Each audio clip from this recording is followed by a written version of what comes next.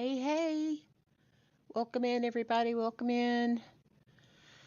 Oh, happy Father's Day. Wait for some people to show up. And today we're going to talk about worry and how we can handle that. And we're going to talk about toxic positivity. Being positive is not toxic, but in some cases it can be damaging.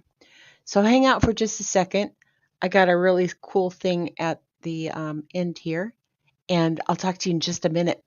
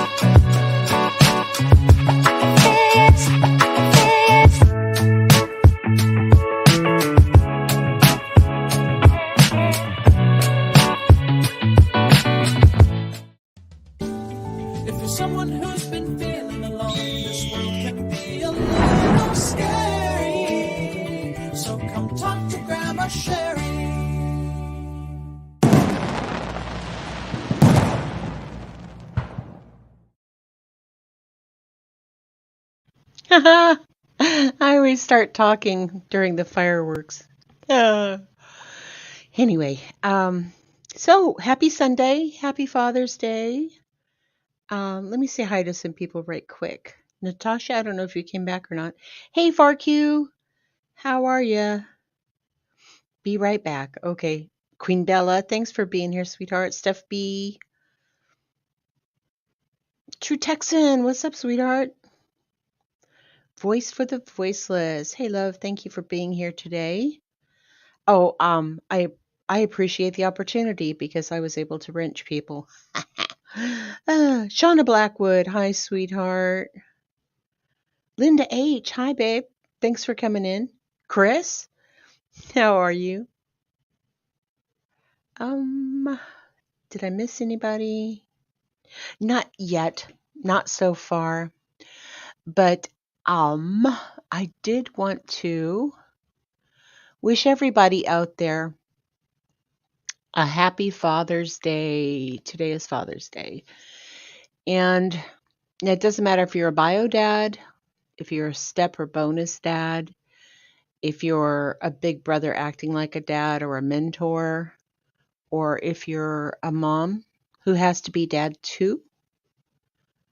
I'm wishing you all the best Father's Day that you possibly could have.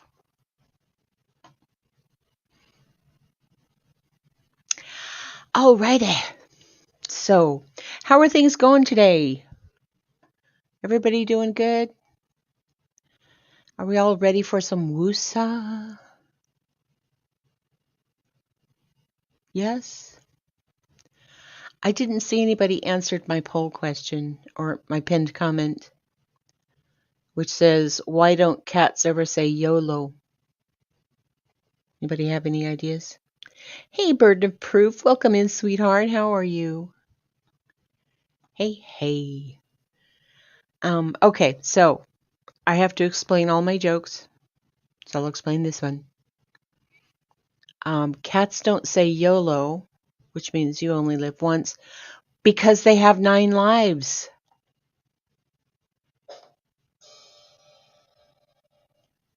I don't think that worked. But anyway, yes, they have 9 lives.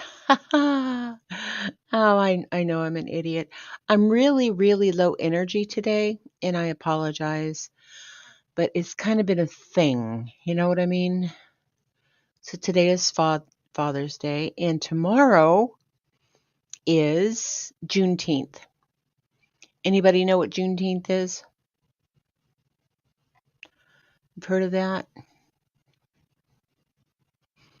Juneteenth is the 19th of June, and it's called African American Independence Day because after the Civil War ended in 1865, a group of Union soldiers actually went down to Galveston Bay, Texas, where there were 250,000 slaves. And they broke the news to them on June 19th that they are no longer required to be indentured servants. They weren't required to be slaves anymore. And so Juneteenth is actually celebrated on the 19th. Just thought I'd let you guys know. Little who really cares kind of things. Who else came in? Zooter, hi. Think I saw Jima. Didn't I see Jima? Yeah, Jima AF. Yes, because they have 9 lives. I'm an idiot. Nikki. Oh, my Prince Harry. Hakope, hi. How are you, sweetheart? Thanks for being here. Oh, I really appreciate it. Hey, Natasha's back. Thanks for coming back, sweetheart. I appreciate it. So, things are crazy on the YouTube streets, as we all know. We've heard. And I'm sure everybody's heard that Bullhorn Betty has filed a lawsuit against Queen Bee and Heels in the Air. And there's a channel who got the actual complaint and is reading it.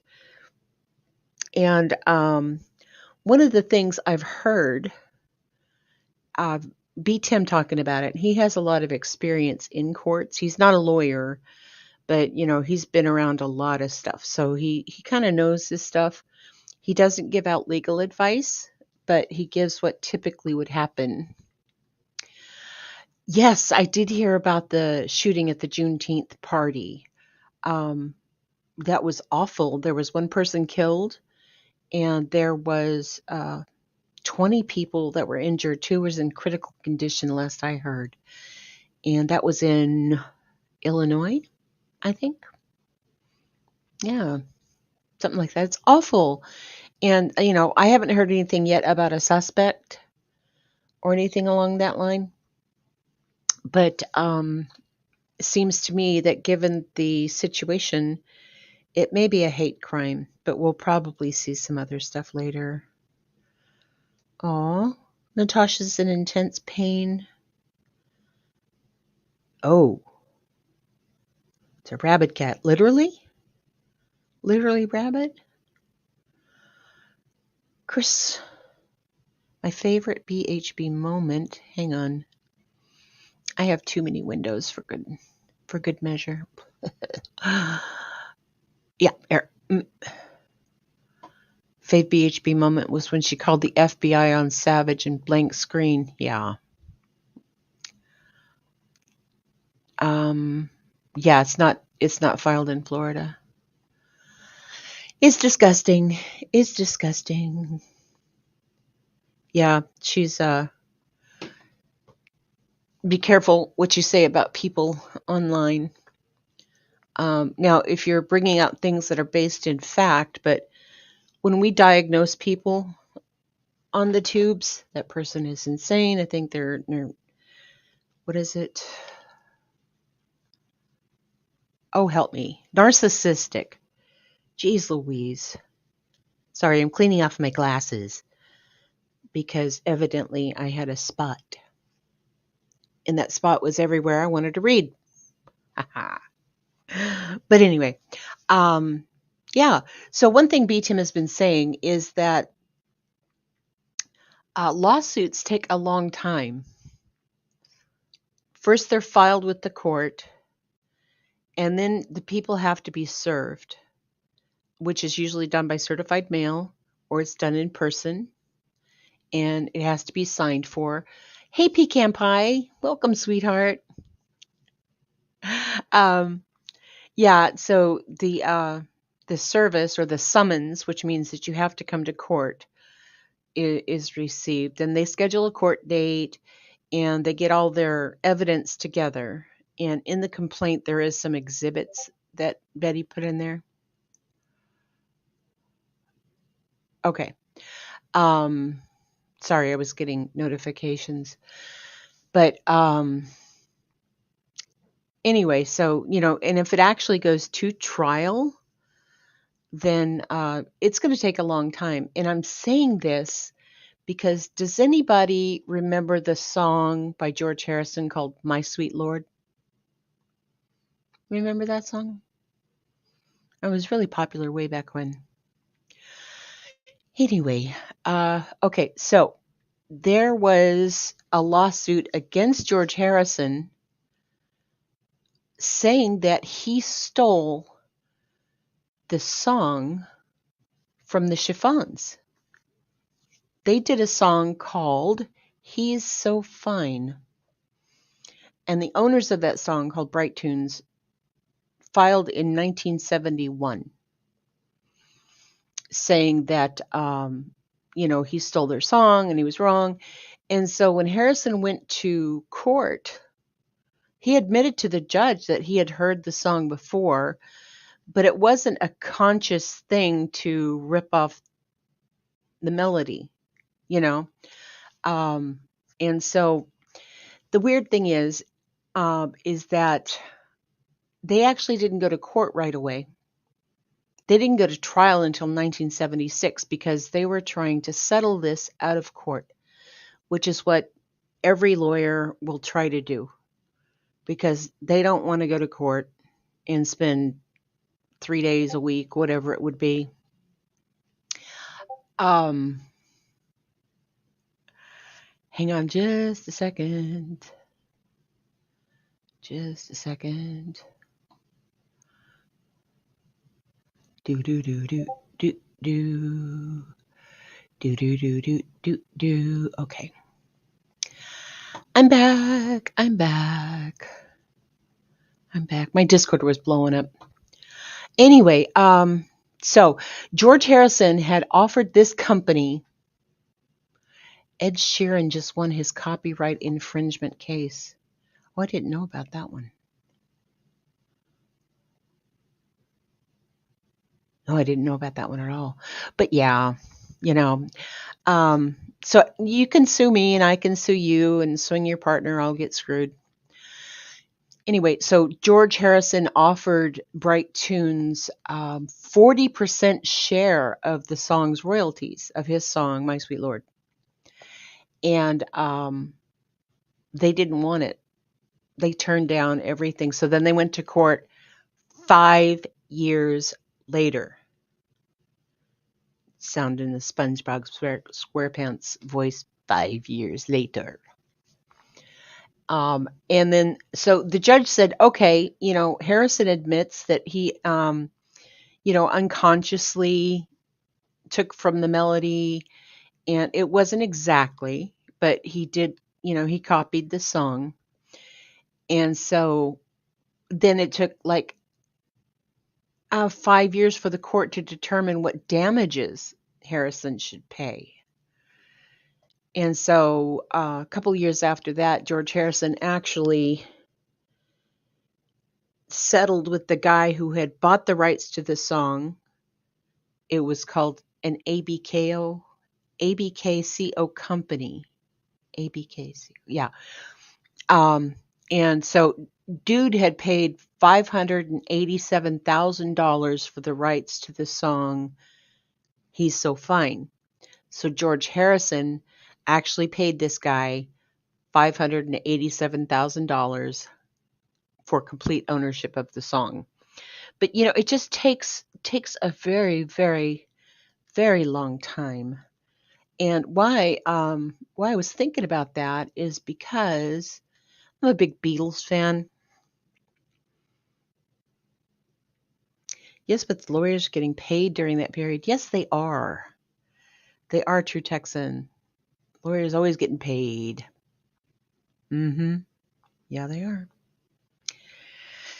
Oh, it's crazy. But anyway, George Harrison during this time wrote a song on one of his individual albums called Sue Me, Sue You Blues. And I kind of just capped on some of those lyrics from him. And that we have these things happening. You say something bad about me. I say something bad about you. And, copyright is something that is empirical. It's objective. You can look at it. You can listen to it. You can read it. And you can say, yeah, this was plagiarized or whatever. But stuff like defamation, libel, slander, of course, libel is written. You say something nasty about a person that's false, it's written. And slander is saying these things out loud. Okay. And unless you have like video evidence and concrete proof that they knew it was false, that they distributed the information anyway, and that sort of thing, there's really no case. I've heard some people saying, they got their fifis hurt. And I don't know. What do you guys think? Because a lot of people look at YouTube as a job. This is their sole income.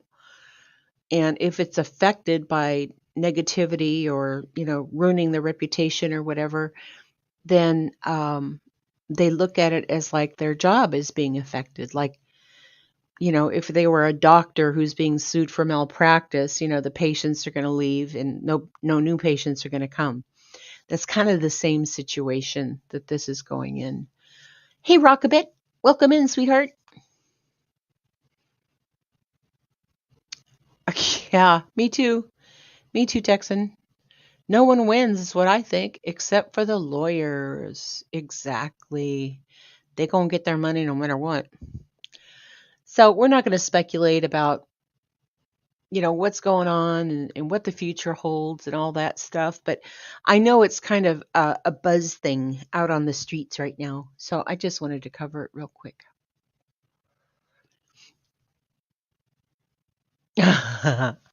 Chrissy, you spit out your drink when I said about fifis. Yes. It's true. I mean, and I can't say that I would be really good at this because I've had people clip me and talk about me and put videos out saying that I'm a human trafficker. Hey, Bluntby, how are you, sweetheart? Welcome in. And it happened at a really bad time in my life. I was going through a background check for a new job when all this happened. Aw, lip lock no more. Hi, sweetheart. Just popping in to show support and give a thumbs up. Can't stay preparing Father's Day for supper, Bob. Oh, that's nice. Oh, yeah. My dad is in Idaho. I'm in Virginia, and he's weak right now, so he can't really he can't talk. He's like, what is he now? 95? I'd have to math. Don't make me math. Oh my God, no. He's 97. Okay. Duh. Hey, Kiki. Hi, sweetheart. Catherine, 662. How are you, baby? Of course, I've got my cat trying to get all over me. Aw, Annabella's. How are you? Bella. Good to see you, sweetheart. So, yeah. So, not a big Father's Day thing here.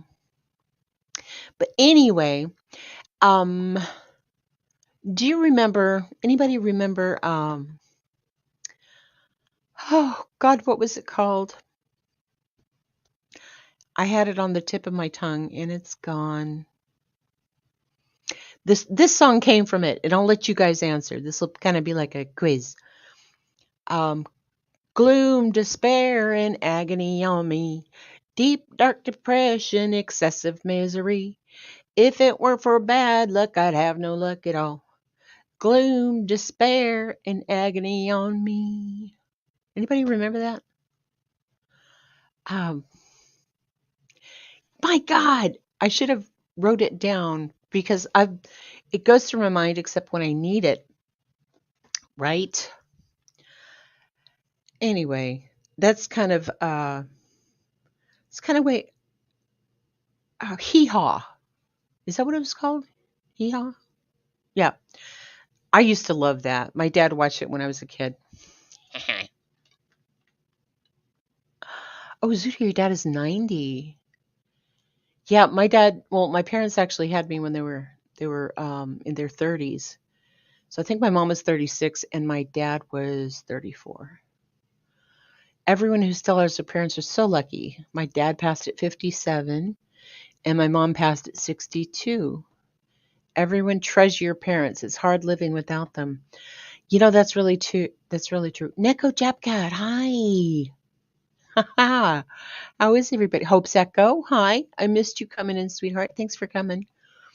But my mom died when I was 18. And to be honest with you, it would have been really great had I had like her or a mother figure or somebody to help. Oh, stop. Yeah, that's the hee haw song. Yes, Natasha, thank you. Hang on, getting rid of a cat. Hi, Green. How are you, sweetheart? Baby us. Have patience, have patience. Don't be in such a hurry. When you get impatient, you only start to worry. Oh, I love this as a poem. Remember that God is patient too, and think of all the times when others had to wait for you. I like that, sweetheart. I really, really do. I do, I do. Oh my goodness. I'm having such issues today. Feel you, Grandma Sherry. I too am an accused child trafficker. Yes. Of ending a teen's life, having child pee in the comments, and part of a tea ring by someone with over. Yes, I remember that. I wouldn't say who it was, but yeah.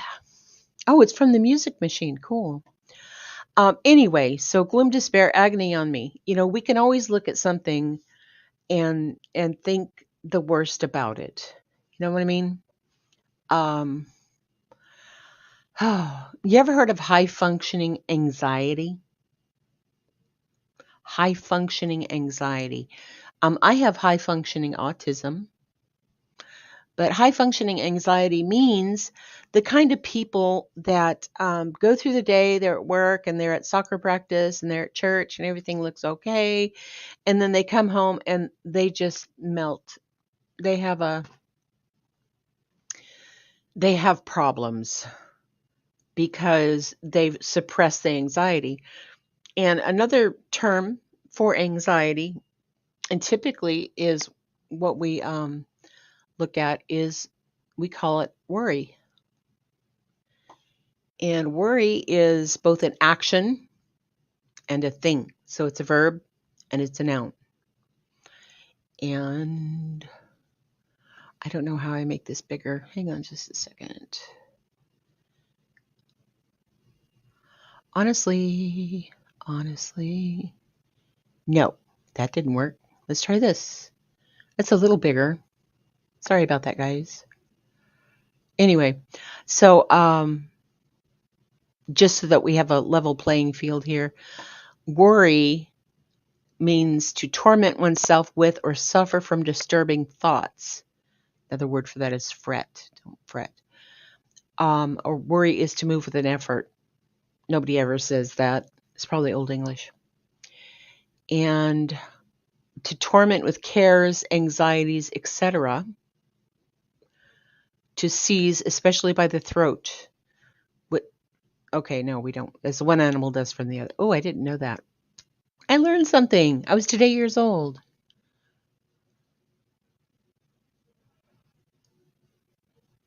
Buddy. Oh. And then the noun of worry means a worried condition or feeling, uneasiness or anxiety, and a cause of uneasiness, anxiety, or trouble. So now that we've got that cleared, let me get rid of that.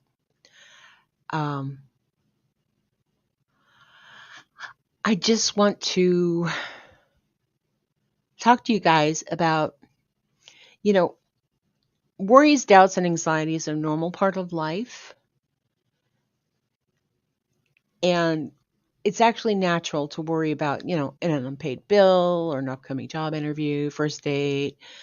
But what's normal worry and what's going into something that's concerning, that's hazardous for your health?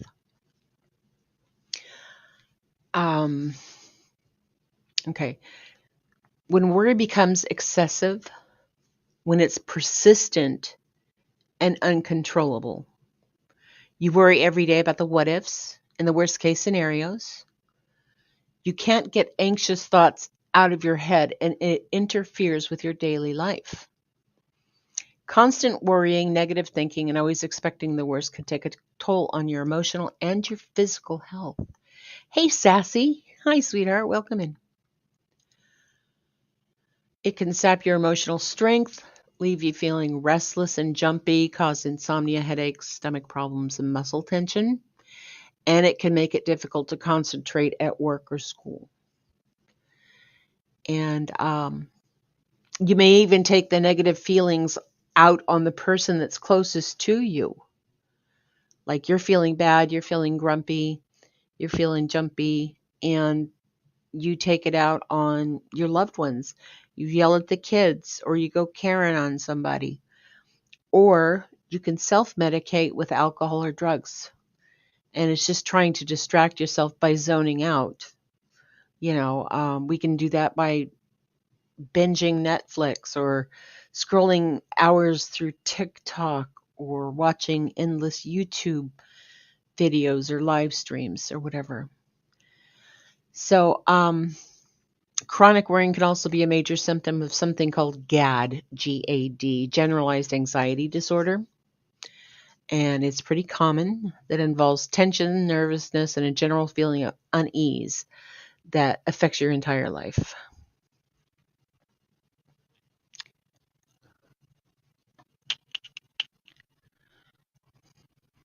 I have OCD, true story, was diagnosed 20 years ago. This is all facts. Yeah, it's true, Neko. My doctor said my anxiety is from being OCD about my children. Oh, sweetheart, I'm sorry your daughter passed. I really am. Oh, fuck you. I never really had anxiety until menopause. Isn't that weird? Oh, Grain. I must have low functioning anxiety. I think about what and how to do it, and I never do it. Oh my God. That's procrastination, darling. But yeah, if you're not sweating over stuff, that's great. Oh, you have PTSD? Yeah, sassy Brenda, I'm sorry. I have something called CPSD, complex post-traumatic stress disorder. And it's just from a bunch of stuff.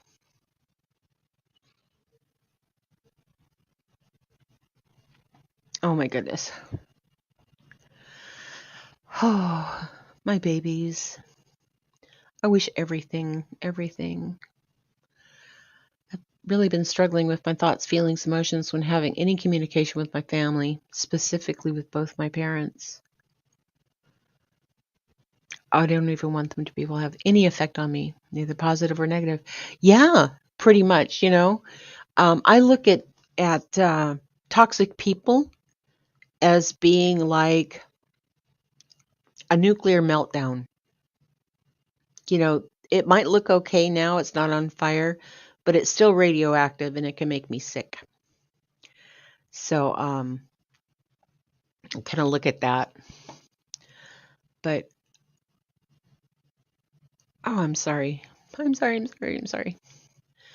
So, now research has shown that while you're worrying, you temporarily feel less anxious.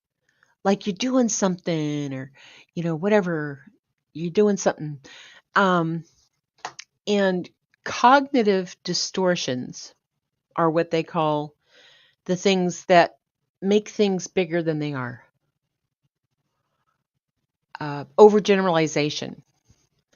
You have one negative experience and you expect that to apply to everything.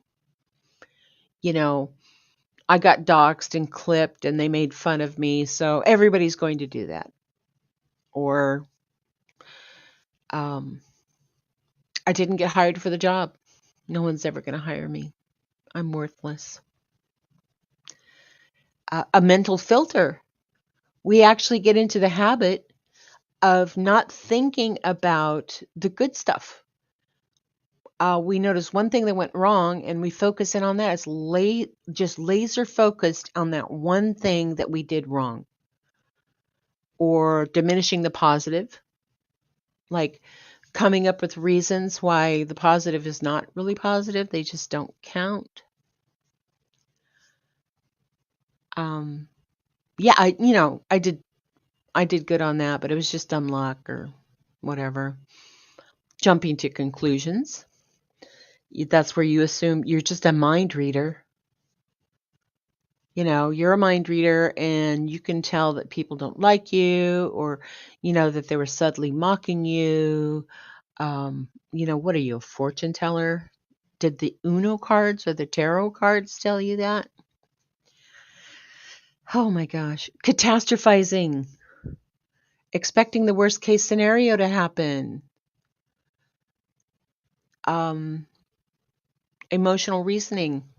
Believing that the way you feel is the way it really is. I'm such a fool and everybody thinks I'm an idiot. Holding yourself to rules. You should or should not do these things. And then beating yourself up if you break any of these rules. I should never have had that blank, whatever started you down a path of something that you're berating yourself for. Should never have started that conversation. Yes, Shauna, feelings are not facts. And that's facts. Yep, right there. Feelings are not facts. Oh my goodness. And just because someone seems great, don't assume they are. Yeah, that's true, because eventually everybody is going to show their true colors, right? So here's the thing. And I guess that's my saying. Here's the thing. Have you ever been talking to somebody and you're saying, wow, I'm really worried about, my mom's health is bad. She's going in for surgery, or my dog, or, I'm going to be losing my job and all that other stuff. And then somebody tells you what? And this is what I call toxic positivity. They say, oh, it's not that big of a deal.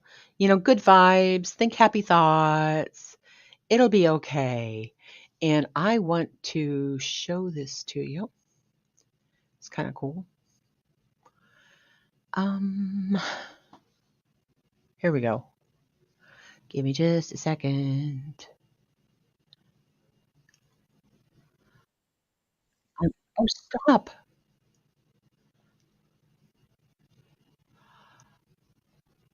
I'll get it. I promise.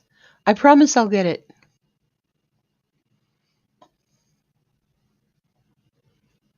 Okay. Let's do this.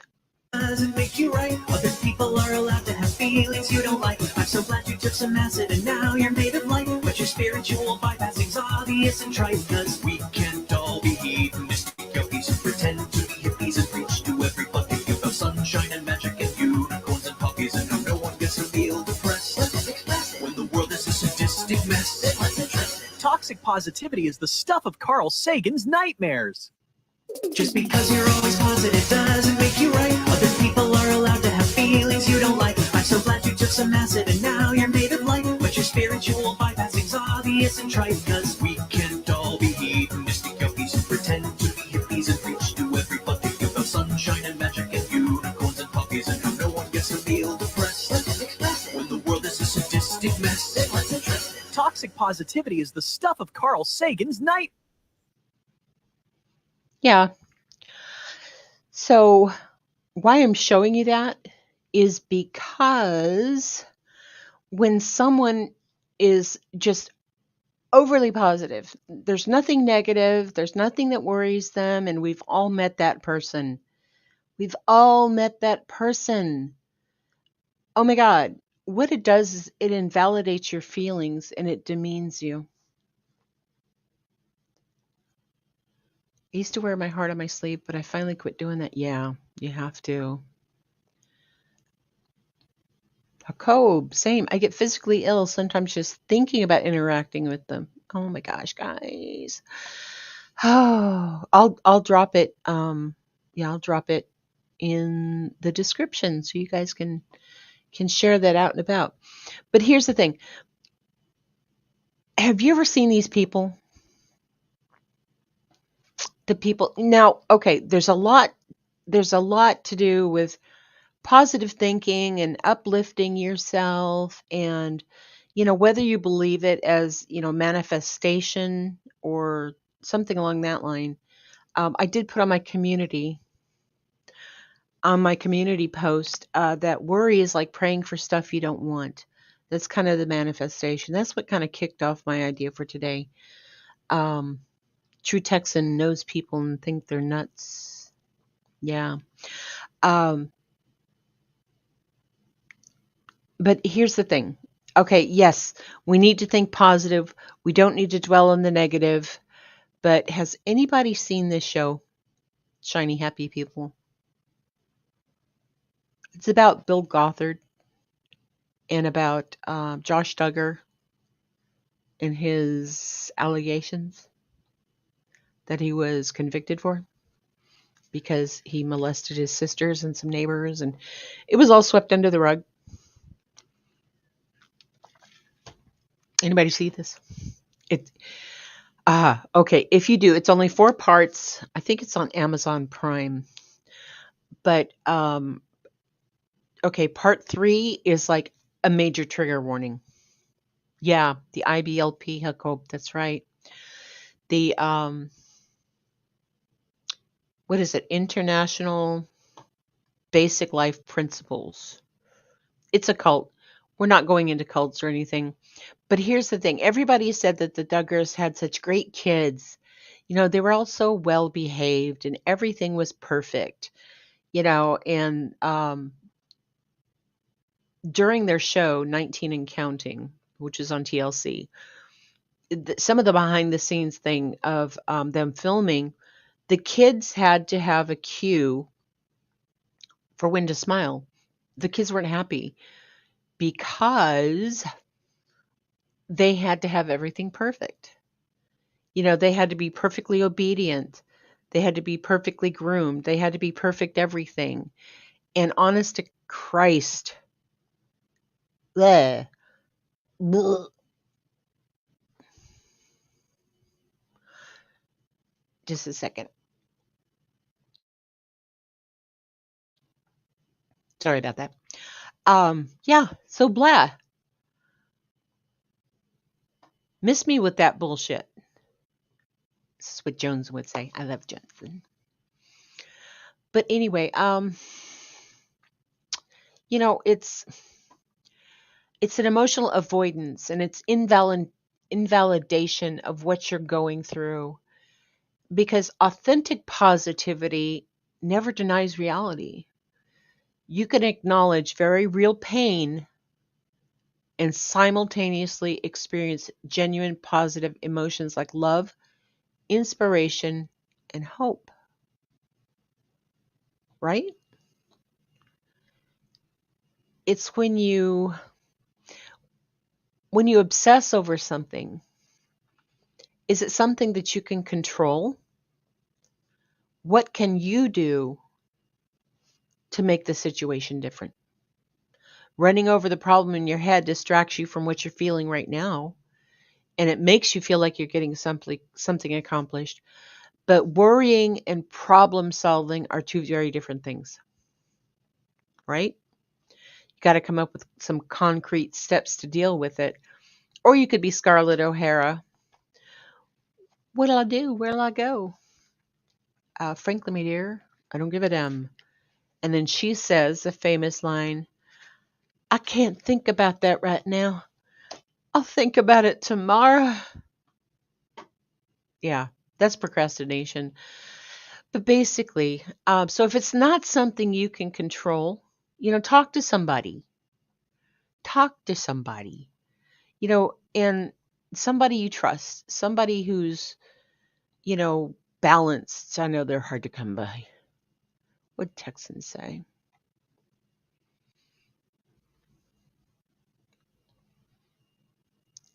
Right? You want to share your feelings, but you have to be careful your words are taken wrong. Let's go back up, yeah. My main worry these days is saying something wrong. I don't know what I can say and I can't, and I'm older and getting tired of children telling me what I can and can't say. Yeah, that's kind of it's kind of annoying. Actually, it's super annoying. And since I'm old, I'm just gonna tell you like it is. Um, I don't think calling people derogatory names is good. I don't think calling them, see you next Tuesday or the N word or anything along that line. That's not good. Okay. But when it comes down to people, oh, you got their pronouns wrong. Give me a frickin' break. I'm sorry. I've known you as a man my entire life, and now you're not, and I understand that. But, for 30 years, I knew you as a man, and now you're not. And so it's hard. It's hard on us older folks. So give us a wide berth, okay? You can tell us nicely, hey, that's not PC to say or whatever. I tend to be positive, even though I do worry and have anxiety. But I also try to make sure I validate my friends' feelings also. Yes, but now I feel like I need to ask my bestie about this. Yes.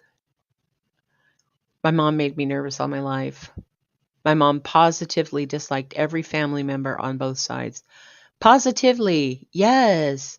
I like that. I remember a while back a certain creator that does candles was saying that, don't talk about her unless you're going to be saying something positive.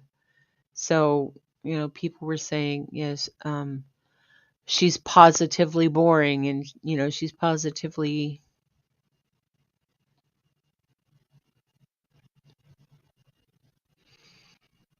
The girls mostly because women always need to be pleasing to look at. No one is perfect. Yeah. I'm really bad at reading the chat and, walking and chewing gum and all that.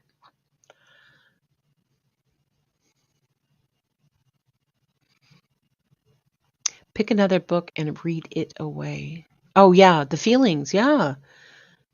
Just getting away from it. I feel like we need a couple of years in school to learn all the new things that we can't be said. Right? Oh my God. Yeah, I don't have the strength to dive into that right now. But, there's some things that we can actually do that when we get to that point that our brain is just crazy and just keeps focusing on everything and you feel like shit all the time, you need to retrain your brain. You need to step back, get the help of a professional, get the help of a friend, and just examine your challenges and worries and treat them as facts and not, a what if, worst case scenario kind of thing, you know? Um, can you control it? Find productive, solvable things. All right. Um, if it's out of your control, start brainstorming. What can you do? And I'm going to share this with you guys because this is another reason why I've been thinking about worrying. I've been on disability, short-term disability, since January, and it expires in June. And every month, my my therapist sent in my paperwork with, what they sent her, which was this thing saying, what's the date? How is she doing? What's the prognosis? When can she return to work? She sent all that in. Okay.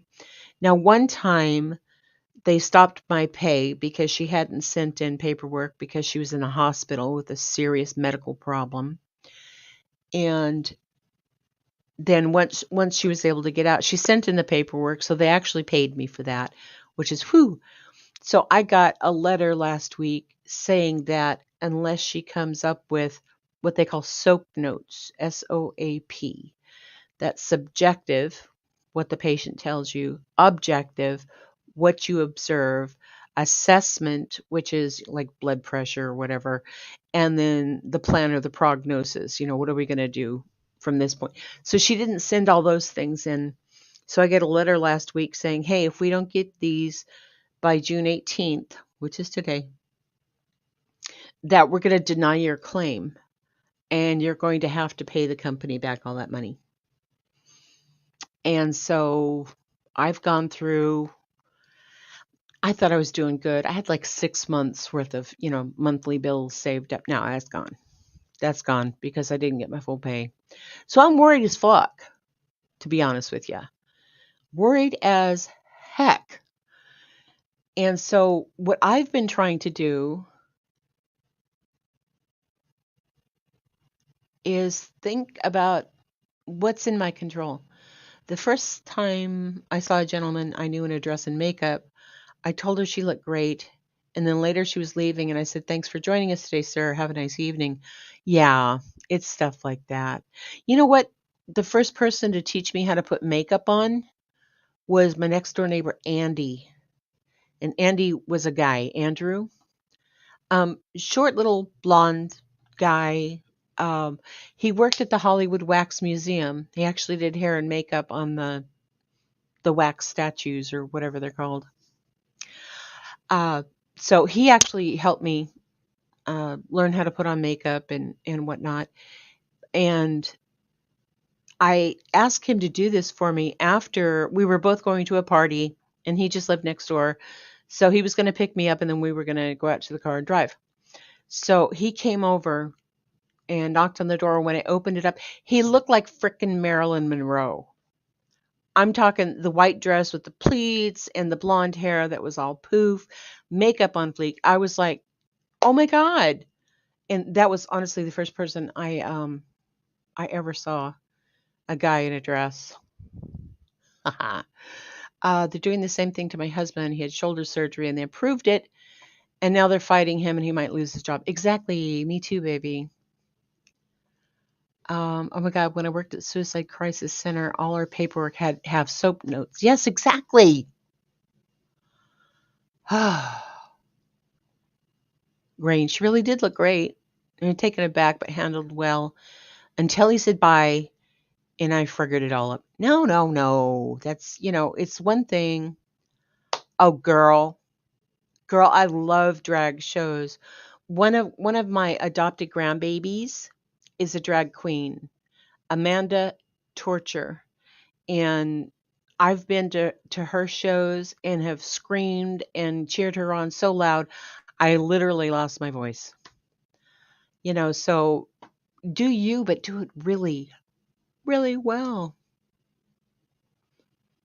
In Australia, we have the NDIS. If you're on disability, you're assessed and given the amount of money they think you need for your best care. $600 a year, $600,000 a year to improve his life. Dude, fuck you, I'm moving in with you. How much is plane ticket? Just kidding. Yeah, he's contacting his lawyers. It's a good thing, Kiki. Yeah, no, I've taken all the steps. I know. Because I'm actually old enough to start getting Social Security before they approve me for disability because I'm not old enough to fully retire. But no. I'm good. I'm fine. It's just, it's stupid shit. And it's stuff that I look at and I think it's just a corporation fucking over some little guy that really can't do much about it. You know what I mean? And my therapist is not working right now because she's sick. She won't tell me exactly what it is, but I think it's stomach cancer. Anyway, so, and I worry about her. And then, so I could find all kinds of stuff to worry about. My mom used to call me worry wart, but I'm really trying to put these things into practice that we're talking about.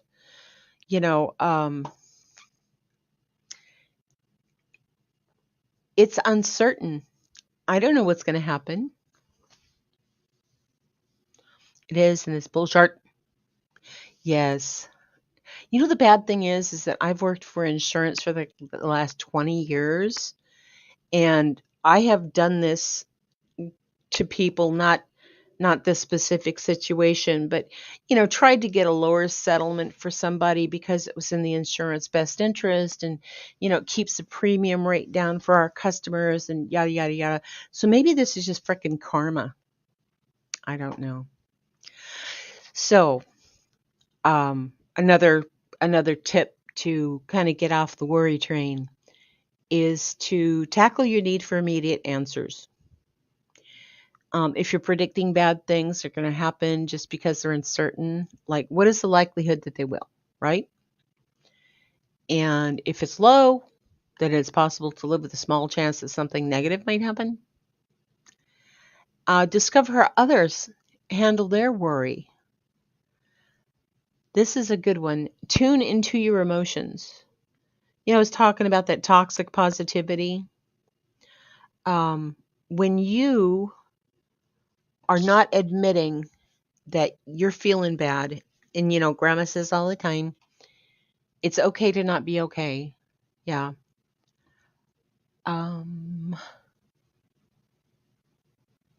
Here we go.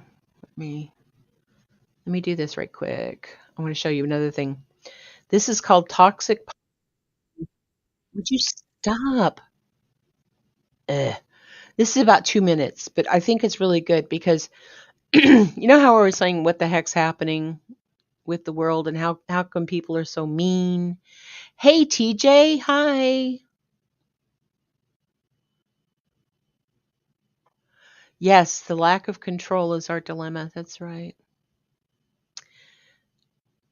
I have a friend who's like that.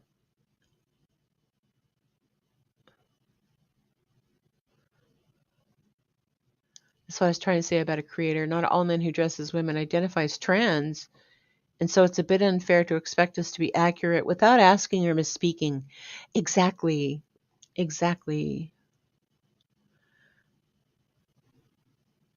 I worry about everyone, and I'm the one who constantly checks in with others because I care deeply. But then it's not given back in return, and then I step back 1,500 miles because it hurts. Oh, baby, I know. I'm so sorry. I'm so sorry. But yeah, we all go through this stuff. And I think that's why I like sharing these things with you, because it helps me a lot. Oh, okay, here we go. Let me share this with you. Toxic positivity is destroying empathy. And I really want you guys to listen to this because it's good. So toxic positivity and manifestation actually creates social disorder and makes people more aggressive to each other. And here's why. Toxic positivity, or like the toxic compulsion to only think positive things and have positive experiences, is making us intolerant of one another. If you truly believe that you have to surround yourself only with positivity at all times, then you're not going to pay attention to things that really matter, like what's going on the news and around the world, which is directly correlated with having less empathy for people. If you also think that your success in life or like your well-being depends entirely on your having exclusively positive experiences, then you'll be really intolerant of people who are having negative experiences, since you genuinely believe that they are polluting your mind space, so to speak. By that extension, a person who is in that state of compulsive positivity is constantly overriding the experiences of others and invalidating them because they have to remain positive. People who believe so dogmatically in the power of positivity, so to speak, will be completely intolerant of any negativity. They can't tolerate any sort of challenge to the positive bubble that they've created around them. As a result, they can't have genuine experiences, and genuine experiences are the foundation of social cohesion. Without honesty, we can't have communication. Without communication, we can't have social order. We also can't have empathy for people if we can't have communication or honesty, right? If people can't honestly describe what they're dealing with, then we can't connect with them. At the end of the day, an authentic human experience is made up of good and bad experiences, positive and negative interactions, and happy and sad moments. A strictly positive human experience is not a human experience at all. It's engineered happiness, and that's an oxymoron. Let me know what you think in the comments. I talk about this stuff a lot, so like and follow for more.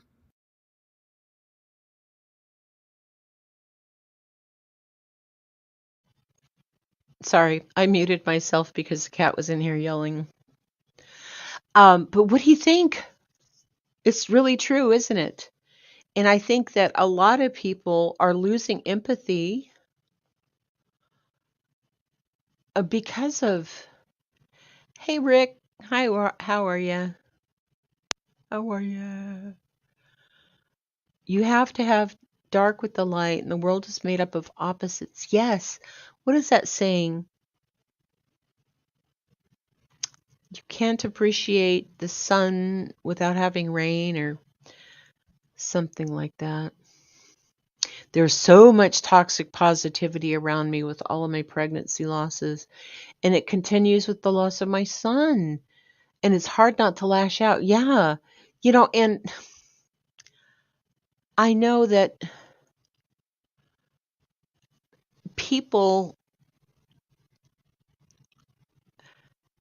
most people, okay, some people are just blowing you off with, oh, it'll be okay. Don't worry about it. Just give it to God. And don't get me wrong. I take everything in prayer because it helps me mentally and it helps my heart to think that I have somebody on my side, somebody that can do something about it. And it does give me peace. But the thing is, when people are just blowing smoke up your ass, that's no bueno. No bueno. But it's also people saying things like that because they don't know what else to say.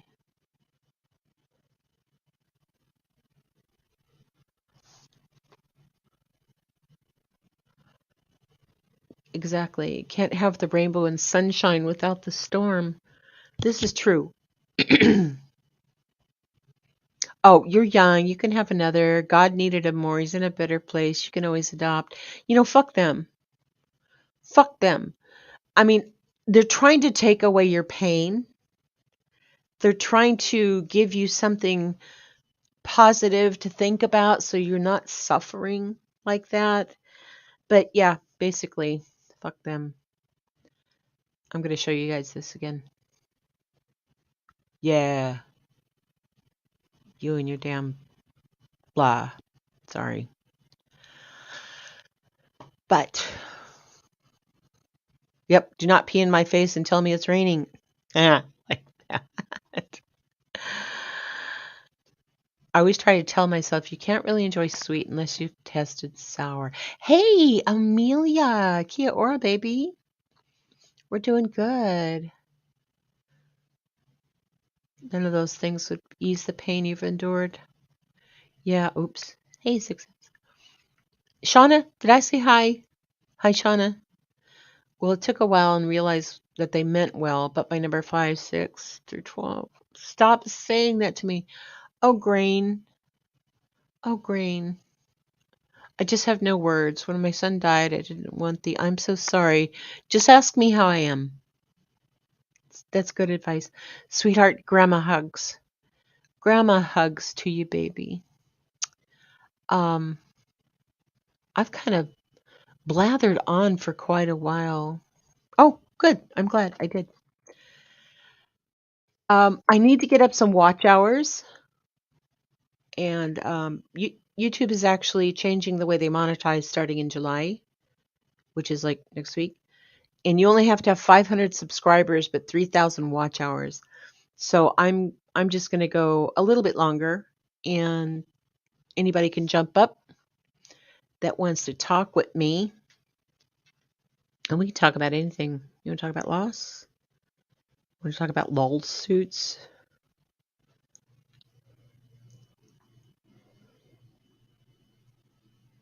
I lost a daughter 5 days old and a son 20 years later. Oh, my sister hates me and said I contribute to overpopulation. Said it's not like you don't have 4 more. Oh, Jesus, Catherine. People are awful. You know, and yeah, Queen Bella, sometimes people just don't know what to say. And yep. And I'm kind of like that because I'm autistic and I'm going to say the wrong thing anyway. So I've just gotten to a point where when I have no words, I just tell them, I have no words. I love you. Is there anything I can do to help you? And then I also, what is that? Oh, it's a dove. It's a dove. I also ask them, what can I say or what can I do to make this better? Because if I could take it away, I would. I say that all the time. If I could take it away, I would. But we can't. We just can't.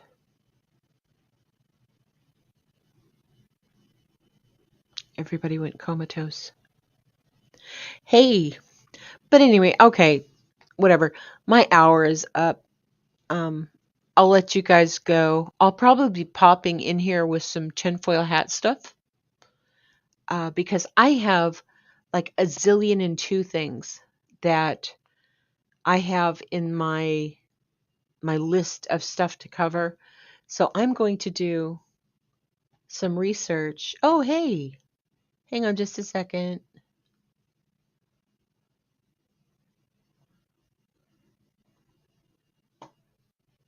Ah, there. Hey, Green. Hi, Grandma. Look How are at you, you. baby? I'm good. How are you? Good. You're not going to peen bomb me, are you? No. No Good. booby bombs, none of that. Good. Yeah. So one So, of the best things was at my father's service. It was one of his friends, and then some guy I have no idea. I assume he knew my dad or he came with her. I don't know. But you go through this like, what do you call it? Even a procession line, the greeting line. You're standing oh, right. there. Yeah, Ugh. where everybody shakes your hand and Yeah. hugs you, even though they Your smell bad. snot-filled hands and face, and yeah, Yes. okay, whatever. Anyway, this guy, the lady said her condolences and was very sweet. And then he was just standing there kind of awkwardly, and I made eye contact with him, and he looked at me and he said, "Shit happens." Ah, yeah, So when we talk about people not knowing what to say, that's so true. right. He just literally, shit happens. Oh my God. Me and Yeah, my sister, because she was standing next to me, and she's like, her eyes, she looked at me and I could tell she was like, did I just hear that right? Siblings have this. And I'm like, yeah. And she just started cracking up. And then everyone was looking at us like we didn't know what to do.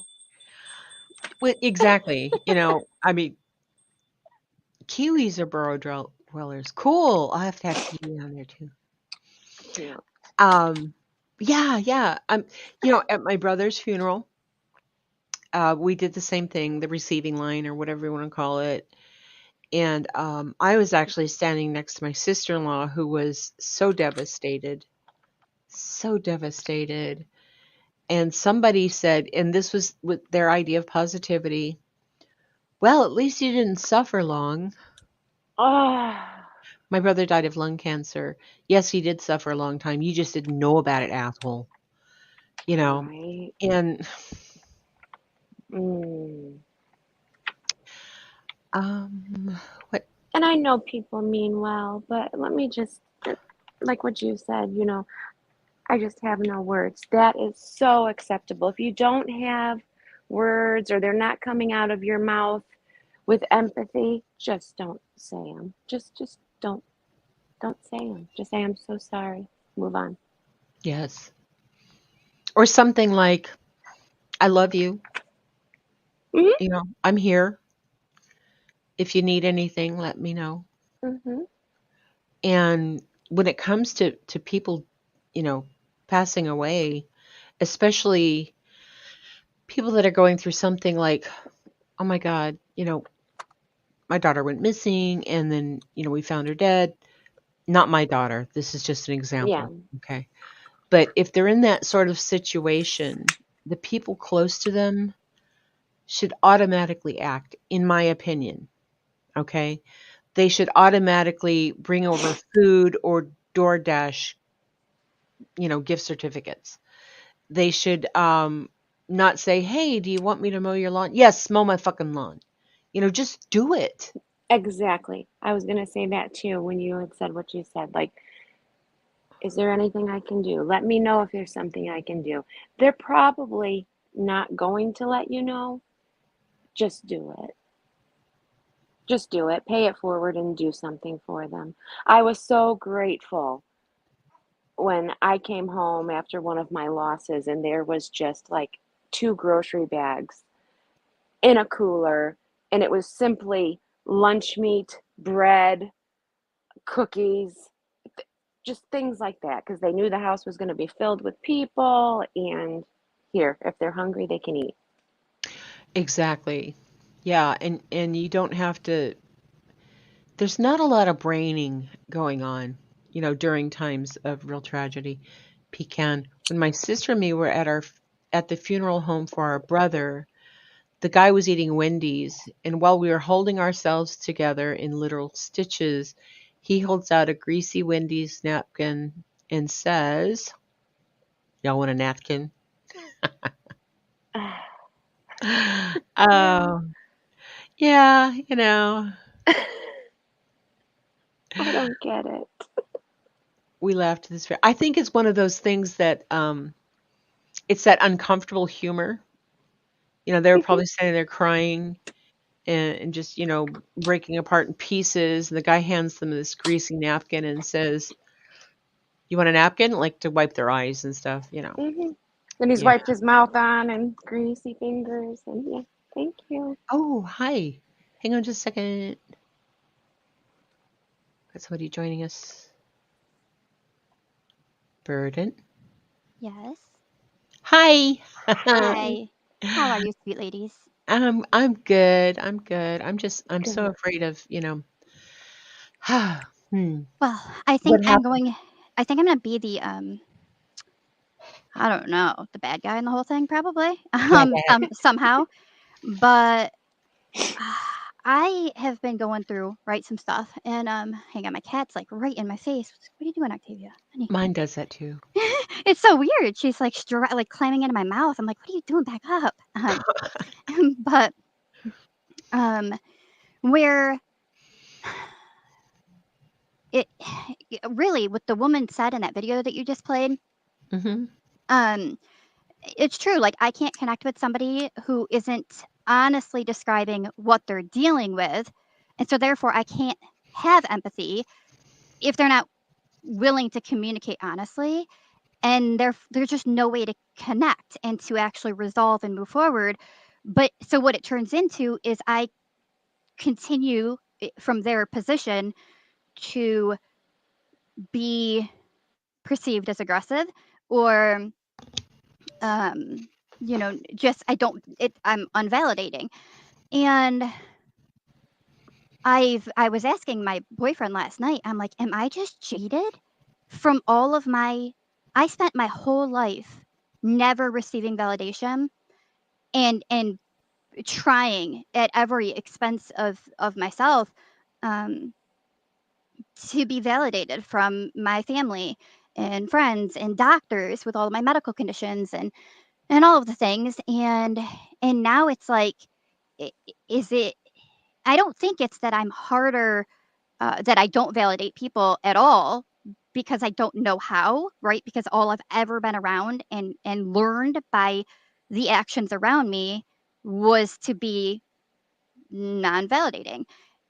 Because I do give validation to people, but I've recognized that when I feel attacked or I feel that I'm being accused that I have harmed them in some way, I've hurt their feelings, I've said or done something, but when I've reached out, I'm said like, "Nope, there's nothing wrong, I'm fine." And then a second time and, "Nope, I'm not upset, nothing wrong." But you could tell by their actions something's wrong. And that's where then I lose patience. And I guess I do get to a point where I don't I don't have the empathy because I can't be better. I can't, I don't know. And so I don't know. I've recognized I don't know what it is in me. If it's a jadedness, if it's just a short fuse for bullshit. Like I have so much trauma. I will say this. It is way easier now that I'm in a relationship with a man that's super grounded. Um, I can be as unhinged as I can be, and it completely and totally is okay. Like he is good. He'll listen to it all, take it all. Doesn't affect him. But when I'm around other people that also have trauma, it's very hard because you can hurt the other person, and we're also quick to trigger. And so I don't know what the answer is yet. I'm actually really, really stuck in this spot right now. And so it's kind of an interesting topic that this whole discussion, because I don't really know. I do recognize it in myself now, but what I don't recognize is, um, like I am a loving, kind, gentle person, but the biggest opposite from that is to be considered or viewed as aggressive. And so I'm really at a loss right now how myself could be being perceived that way. And it obviously like kind of hurts my feelings, right? Because I don't want anybody to think I'm aggressive. So I don't know. I'm kind of in a real big state of confusion myself right now with this. Um, I don't know Absolutely. you I well, agree with Queen sweetheart, Bella. but I think that you are the most kind, loving, sincere, heartfelt when you do these cases and so forth that I I don't see that in you, hon. No, thank you. Yeah, I don't see that I'm either. not saying it's not there. I'm not trying to unvalidate your feelings. I'm just saying I don't see that. I don't. Well, that's what I feel like. I don't know. To me, then I get questioning myself. Like, is this some type of gaslighting that's happening to me, or like I don't know. I don't know because that's what I've questioned. I am really a very much a realist. I'm not over optimistic, but I'm a positive person, and I'm not over pessimistic. I'm just really real. And recognize things for what they are. And so I do sit back and really look in the mirror and question myself of what I'm doing and how I treat people. And that's why I'm so confused because I definitely don't put out on purpose, Oh, intentional. And that's why I'm like, am I accidentally putting out that I'm no, no, you're okay? not. And I think oftentimes you're an HSP, okay, a highly sensitive person. Yeah. And most people who've gone through trauma, emotional and physical trauma in their life are highly sensitive to other people and to themselves. And we tend to look at ourselves and say, I can correct this because you've always had to be the one to suck it up, pull yourself up by your bootstraps. carry on, my wayward son, that kind of thing. Oh, fuck you, gaslighting. There's an old movie where this man was trying to make his wife think that she was insane. So what he used to do is he would adjust the gas, in the old gas lights with the fire in them.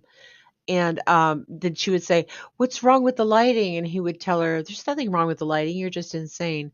So basically, people telling you something that is a fact or you feel is a reality, Yeah. and they tell you, "No, you're wrong. Yeah. You're making this up. You're over exaggerating it. You're too sensitive." That kind of thing. People who invalidate you. It's kind of like that toxic positivity that we were talking about. Um, Yeah. Like doubting someone that causes you to doubt like your own reality, your memory of things, your feelings. And right. it's a form of trying to manipulate the victim by presenting their like own version of the events as the truth. And the victim may feel confused, anxious, and unable to trust others. And that's where I feel like Hmm. really confused. Like I am been in shock and I just don't get it. And I'm like, am I this way? And my boyfriend's super blunt about it too. I mean, he'll tell me like, if I act like, I, we talk about how I have a voice and a tone that sounds like I'm really stuck up and like I think I'm better than people. What? And yeah, I do. There's some times that I sound that way. And so I'll say something to him asking about it, and he'll be like, yeah, a couple times I've heard you do it while you're streaming. And I'm like, oh gosh, I wish I didn't sound that way. Um, so he'll be honest if he thinks that I'm behaving in a way that people could perceive negatively. Um, Yeah. but the other thing is my boyfriend doesn't put time to resolving something with somebody and looking for fault in yourself of how you can better improve, um, to have better interaction with other humans. And he is just like, okay, it's just not worth it. Like, and to some extent, he's right because this is in a form like traumatic to me that I'm feeling all of the things I felt, in my past and with certain relationships in my life. Um, so yeah, I mean, it is causing all of the like I'm super triggered, and then the anxiety and Mhm. even depression. I mean, Yeah. I don't know if people have noticed, like, I've definitely not been streaming as much at all, I've and noticed that. Can you hang on just a second? I wanna say hi to some of people. course, yeah, Thank you. Hey, Julie, welcome in. Duchess, hi. Thanks for coming in, sweetheart. I saw Bella earlier. I appreciate you guys being here. Uh, Burden, sweetheart, what I was going towards there in what I'm seeing with you is that you have boundaries, okay? And you're learning your boundaries. Don't cross this. There's nothing wrong with not putting up with someone's bullshit. And yes, it sounds harsh when you just talk about it in very, very short terms or, conversations like this, because we could sit around the kitchen table and talk about this all night. mhm, But you have yourself to protect. You know what you need. You're learning. And when you set boundaries for people, you know, stop trying to change for them because it doesn't it doesn't matter what. Somebody's going to not like it or disagree or whatever. My example is we can't even agree that the earth is round. mhm, Um I saw an article the other day which was bad mouthing Mother Teresa, and I thought of everybody that she was absolutely, unblemished or whatever, but no, this was pretty rough. And so not everybody's going to like you, and someone's going to say, "Oh, well, you sound like this or you sound like that." Fuck them. You sound like what you sound like. And if they don't like it, they're more than welcome to keep on moving, you know? yeah, because, like, if I'm nasty to somebody, like, if I know that I definitely just, like, blew up on them or, which I've worked super hard at. Thank you, Duchess. I've worked really hard at not just, which we've discussed actually up here, not reacting, but instead responding. And so the comment you put up by Queen Bella, I completely agree that I'm one of those people that I've just got to like take before I say something that I don't want to say, that I wouldn't truly mean. Um, but I think that that's a bit different than um, somebody telling you that there isn't something wrong or they're not mad, when just not being honest and truthful with that there is at least a problem of some sort, and then they need time, right? um I mean, it's clear as day. I can feel that there's an issue. I'm, there's no denying that, but I don't know what I did. I'm not sure what happened. And Mm-mm. so then eventually I do reach out and say, like, I recognize there's an issue, like, can we resolve it? And then I'm like, that's taken poorly. And it's to the point that I just, I don't know if Yeah. it's something I'm doing. Yeah. They're like, what is wrong with you? I'm over it. Why can't you let it drop? Mhm. But the thing is that you're trying to understand what's going on. Now, there's a couple things you could do. Drop it and, kind of withhold yourself. Don't jump in both feet into another collaboration or relationship or, whatever the thing was. Um, don't jump in both feet and slowly wade back in. Now, if they're really over it, then that'll be it. And their attitude will change and, they'll treat you different and include you, that sort of thing. Um, and if not, then, you know, keep walking.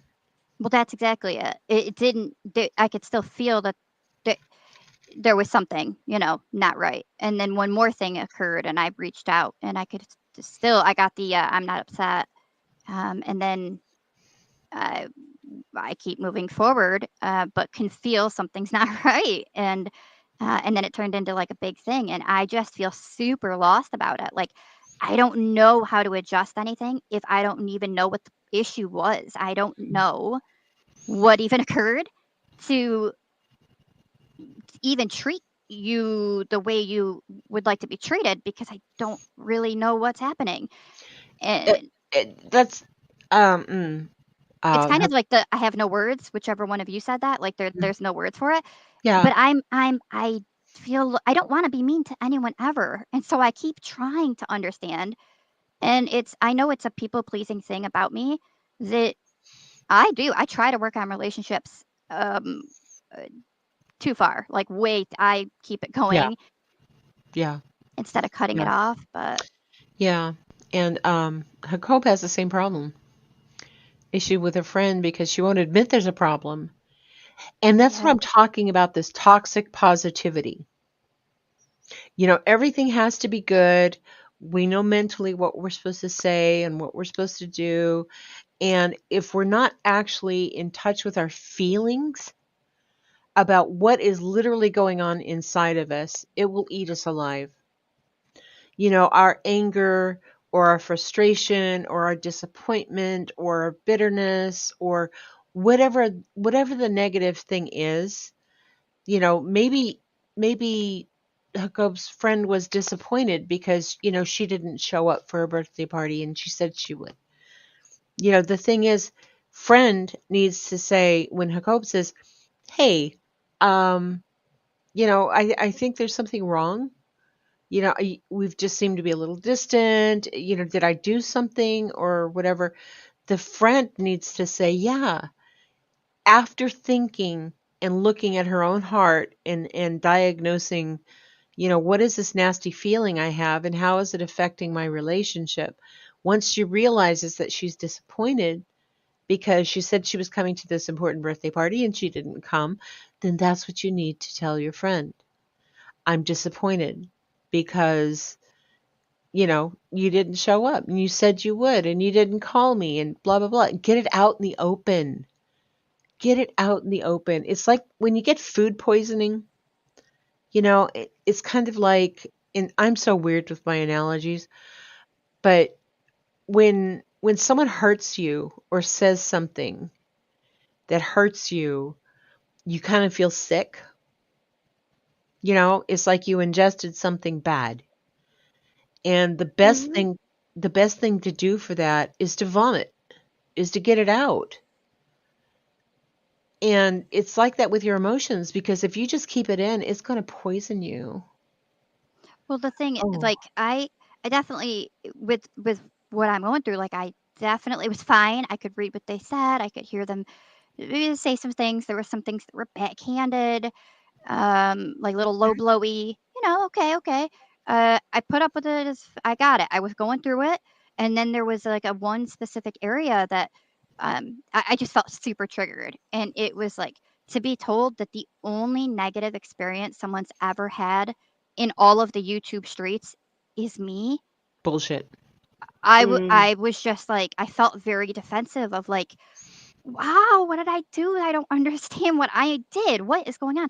And so, but I don't want to react, and I would like to respond, but I feel like really there's nothing I could say or do that isn't going to be taken. I mean, look at I already don't didn't mean anything or do anything, and I'm aggressive, and I'm the negative experience on YouTube and things like that. And so I'm like, I don't dare say a word because it will be wrong. I will somehow have hurt them or done something or not been enough. I'm either it's too much of a negative thing or I'm not enough of a positive thing. And I just feel like there's no right answer. And so then do you just go silent? My boyfriend says just walk away, be done. That's it. Wash your hands of it because so that's where I'm saying like there's a huge in my experience with other people that have a lot of trauma. There's some that we all understand each other, but there are a few that it's like our traumas are like triggering each other. Um, and I don't really know the answer to it, but it definitely makes it definitely affects my mental health in a very significant way. When I actually been doing very well, feeling good and all the things, but it's super strange to be told like all the negatives about me, at least from their stance. And I do a lot of looking in the mirror to see, is this true? And then I just second guess myself completely and just lose all any confidence. I mean, I'm not really a confident person. It's not really. I'm just a pretty humble, just am what I am. But I feel way less than. I feel pretty worthless. And I don't want to be in this place, and I just don't really know the answer. So, So this is somebody that you highly respect? yeah, I respect everyone. Yeah, I respect everyone unless they are blatantly disrespectful to me or their behaviors, who they are, is a non-respectable person. For example, someone that abuses children, women, and Hmm. really any abuser, but I'm talking SA kind of stuff. That one's a given automatic, no respect, right? So yes, there's those, but when I'm talking to just people, yeah, I always intend to give respect to everybody. I'm not that person that they have to earn it first, even though it would be a more protected way for me to live. But I just I give them that opportunity that I'm going to be respectful to them because I wish to also be treated with respect. I agree. I was just going to give you a B Timism. Okay, go ahead. He Ladies, always says, if the person that is saying something about me is either a vulgar person or whatever you want to classify them as, someone you don't have respect for, then it shouldn't bother you. But it sounds like this person or whoever it is, you has not given you a reason to not respect them. Truthfully, I just feel So it's like, really bothering you, yeah, you I know? truthfully feel like it's their traumas. I think that we're actually very a lot alike, a ton. But their way of coping is different than my way. And it's like we're hurting each other. So I don't know if there's really a way forward without just doing more damage. You know what I mean? Mm-hmm. Go ahead, Grandma Sherry. I know you wanted to say something. Are you there? Am I here? Hi. No, I had to step away for just a second. Okay. I'm glad I was muted. Boston's here in the I back. didn't want to do Molly Go Lightly. Oh, there's private chat. I was wondering where it was. Hang on just a second. Okay. Sorry, Boston. I wasn't even It's looking. me, the Peen Bomb Prevention Squad. Yes. Oh, Just making sure. Just making sure. Hey guys, happy Father's Day. Hey, Yeah. So Boston. I wanted to kind of address this pinned comment. Women have been taught since birth that to have toxic positivity and not to get it out in the open. We've been told to smile pretty, don't get upset, don't get mad, hide all the emotion except the pleasant, pleasing ones. And then Steph said, yes, and men are taught to hold in emotions, and that can explode into anger and not appropriate expressions. I love conversations like this. Thank you, Julie and Steph. But in the some of South, at them are least where I hard. grew up, men could blow up. Women couldn't. And if she was a crazy bee or whatever, I think women have had it drilled in that they shouldn't. Yes. Yes, it's very true. But okay, everybody remember the movie The Stepford Wives? I don't think I watched it, but I know what you're talking about. I actually don't know what you're talking about. Oh my goodness. I'm not sure if I saw it or not, to be honest. I know it Okay. was a movie. I just don't know what it was about. Right. Okay. Here's the thing. All right. You know how just laying foundation here. You know how like Disney World has its own like town in Florida? It's called what, Holiday? Holiday, Florida. But anyway, so Orlando, it's you mean? what? No, no, You no, mean no, no. No, it's actually a Disney town. It's owned by Disney World. oh, they have a Um, place called Epcot. That's what you're talking no, about, though, no, right? no, baby. No, no, no. Hang Sorry. on. Go ahead. I think it's called Holiday.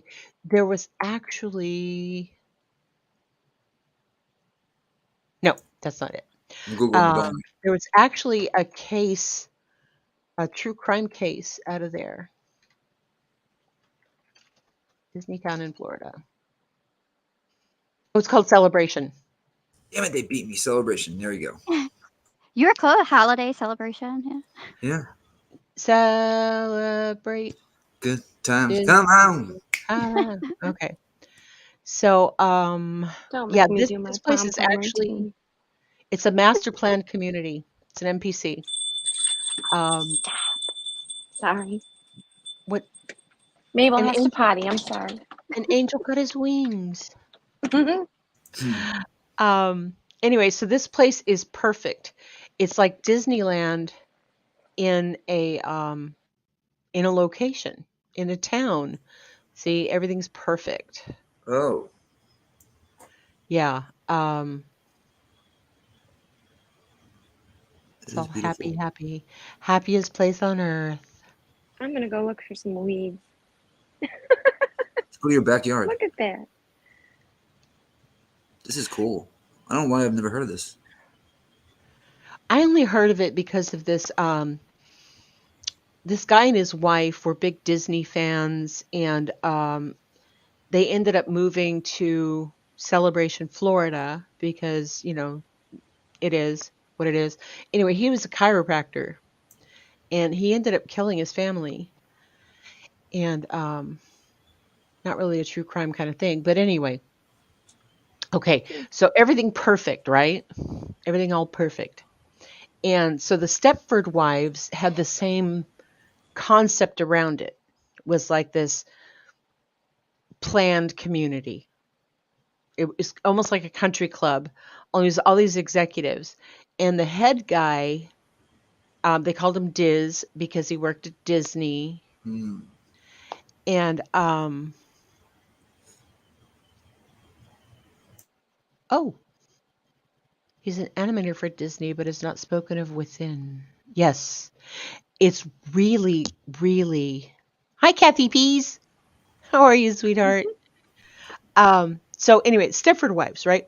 So they have this perfect community, and it's led by like this boys club or country club or whatever is led by the guy Disney guy, Diz. And so what ends up happening is like all the wives after living there for a while, all of a sudden they have like really perky, bigger boobs, and their waists are smaller, and their makeup's perfect, and their hair is perfect. And they're just, oh my God, you're so good in bed. And here's a martini, honey. And oh, the kids are perfect. And long story short, spoiler warning, this Diz guy was actually taking the wives and making them into audio animatronics. Whoa. Stepford wife.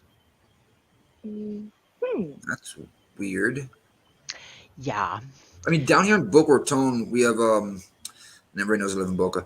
A lot of country clubs, and there's one called Woodfield Country Club. You do not, if you didn't want to, you do not have to leave that country club. They got restaurants, stores. You know what I mean? You would not have to leave outside that gate if you really didn't want to, except for a hospital. Exactly.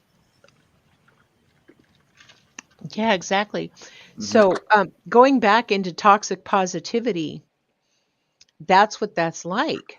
It takes all the humanity. It takes all the humanity out of somebody else's suffering. Yeah, it's creepy, Catherine. Oh my God. It's like cultish almost. It is. It is. It is.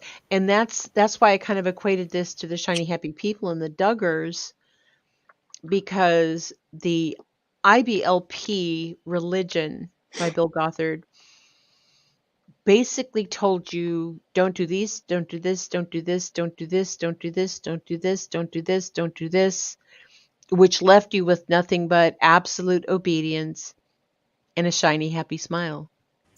You couldn't be a person, you couldn't have a problem. Questions, had to be like there's an episode in Shiny Happy People where Jim Bob gives Josh a book the night before he's supposed to be married, and this book is about sex. So, is it like a gigantic echo chamber? Yes. Yeah. And so all of these people, all of this toxic positivity is destroying people, this cult, and that's what we're seeing. Like that video I showed, I don't know if you saw it, Nikki, but where the girl is saying that the toxic positivity is taking our empathy away. Because That makes sense. if we can only be positive, and basically it turns into just blowing somebody off, and you just don't give a shit about what they're going through. I feel like that's a lot of the world these days. You know what I mean? Just kind of just roll with the punches, and sometimes don't roll with the punches. I would say, what's the word? Hit it head on type thing. Don't just let it, go in one ear out the other. A lot of people let it go in one ear out the other, but sometimes if you do that, you're just, you're complacent. Yeah, I mean, some people have that ability.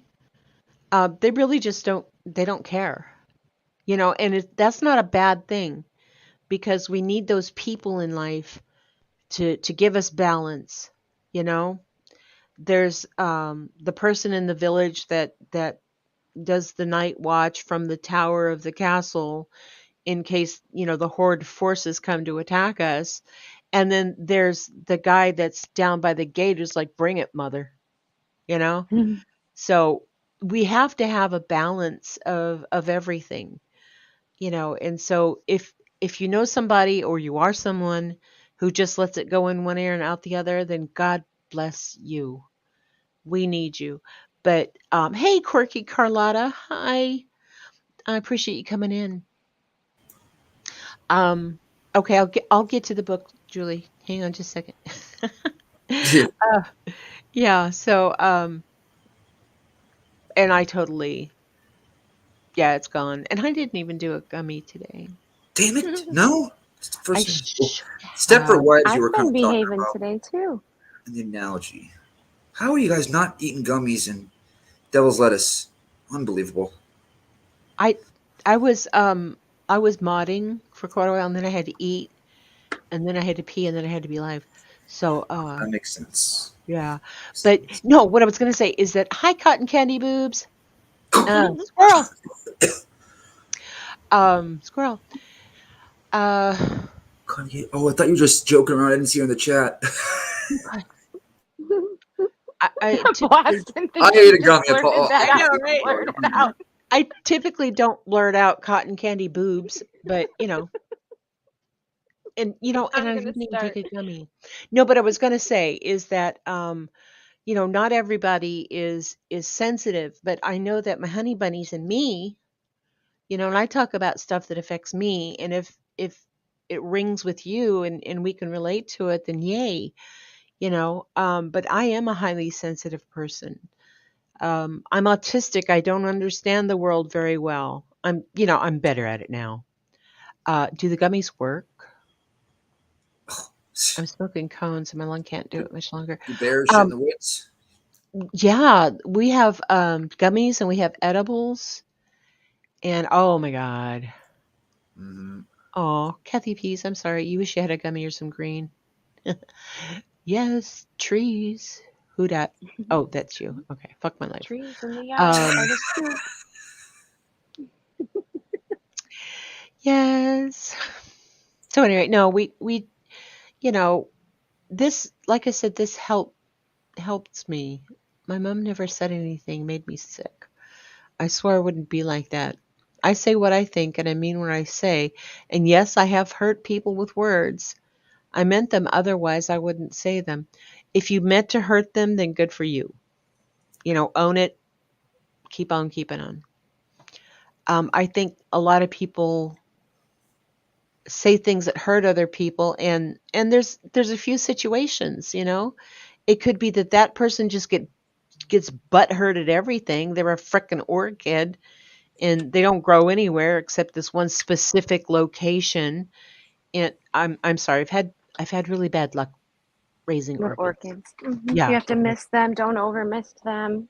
You did it an hour too late. Yeah, sorry. Mm, That's yeah. one of those Orchids are people. just so delicate, and some people are like that. And here's the thing, if you're in your circle and they're all orchid people and they can all, kiss you and mist you and do everything that you need, Mm-hmm. that's great. But maybe I'm not. Maybe I come into your circle and I'm the person that, I will overmist everything and it turns into mush and mold and, That's me. whatever. That's literally with the situation I feel like I'm in. That's exactly it. Like yes, there's Yeah. and I don't want to say that the person's like oversensitive over lots of things but that is what I've seen, but I still was patient. I was still understanding. I could still see how they could have gotten, feel the way they feel. But once it turned into accusation, like I'm the problem, I'm a monster, quote, aggressive. And once I'm being attacked, that like I'm the monster in all of this when I've never meant harm ever. No. And it's now got me like my mental health is messed up over it. But yes, that's kind of what I feel like I'm dealing with. It's a very, very, very sensitive person. And somehow I'm like the wrecking ball in their life. And so I don't know if that would be a favor for them for me to remove myself or Yes. I don't know. Yeah. It's a tough one, Yeah. yeah. Yeah. Let me tell you this, Burden. I lost a friend, a good close friend, a friend who used to come for me because I was 3 hours away and check on my father. Okay, drop off food when he was sick. I mean, a good friend, like your ride or die friend. Okay, apparently I was wrong because this is what happened. Now, I'm not a germaphobe by any means, but we had a camp out. She was here, one of the guests. We had coffee in the morning, and they just leave the spoon to stir your coffee after you add your cream and sugar, right on a little plate next to the coffee pot. And she went over there, and we all saw her, and we all just looked at each other, and they gasped. And I just got up, walked over. She stirred her coffee with the community spoon, okay? Then she licked the spoon, both sides, just Oh, hell and no. sat it back on the plate. I didn't say a word, but I'm sure she heard all of us be like, like, And I just got up and walked over, picked it up, put it in the sink, got a new little plate, a new spoon, and put it by the coffee pot. She's not spoken to me again. She's never come to another camp out. What? You guys didn't have any dialogue, nothing? She just saw what you did and just said, okay, That was that. you ain't my bestie no more. You took my gross spoon and washed it. And she said when I put it in there, I didn't say a word, but she's like, oh, what, I have cooties? And now, mind you, this was like right when the sea thing like was Yeah. lifting and people were getting back together and stuff, but still somewhat cautiously. This dog, I'm sorry. But I lost a friend over that. There had to be something more. There had to yeah, be something had to more. have been. There's no Unless way. she embarrassed herself in front of all of us, or I embarrassed her by doing that, but I didn't do anything other than clean up the mess you just left. We don't want it. Well, it's I like mean, it's like dealing with somebody. This is how I feel like it is anyway.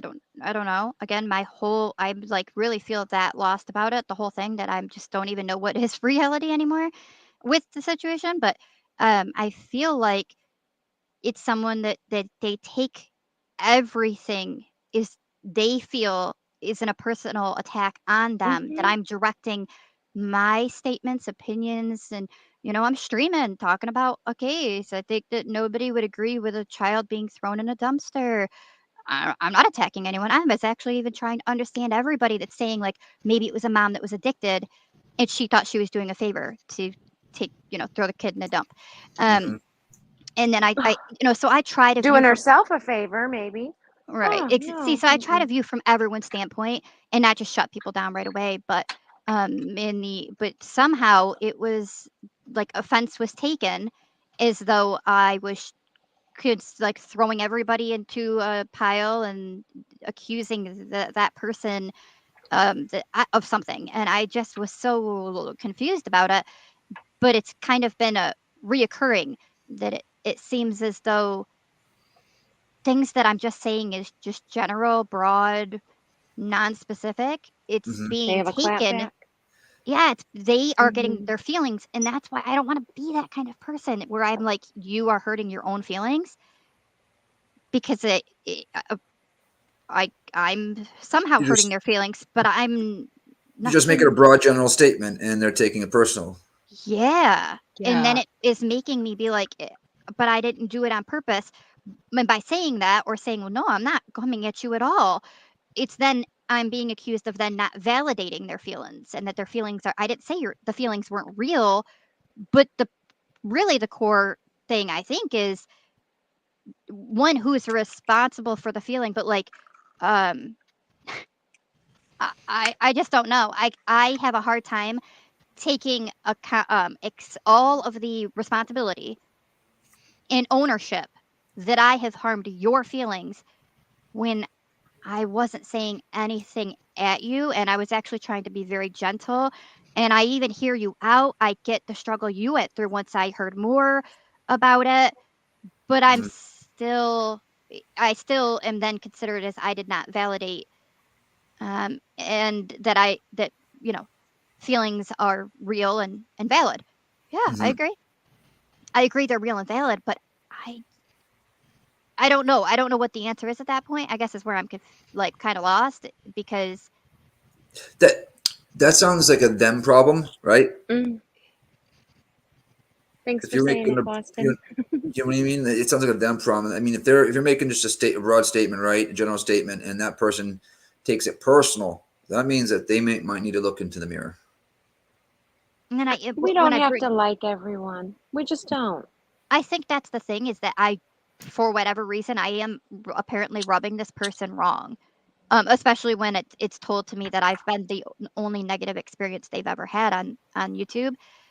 I Not everyone likes everyone, and I think that that's maybe what's happened is that they just don't. I rub them the wrong way, and I wish Friggin' that Ryan not the Upchurch, case. unbelievable. Well, I No, think no. because they're not telling you maybe what the issue is, that they may just realize it's a them problem, not a you problem, but they're still acting out. Like, I don't know. Mhm. So I wish I knew how to do this. Ooh, Here. duckies. You know who this guy is? A Me. duck. Quack. He's I the don't know if you put a black sheep up there, that would be me, but Ugly duckling. He's the ugly duckling. I thought this was much Oh, more fitting Well, he's not than ugly. a black. Okay, well here's the He's not thing, bright right? yellow.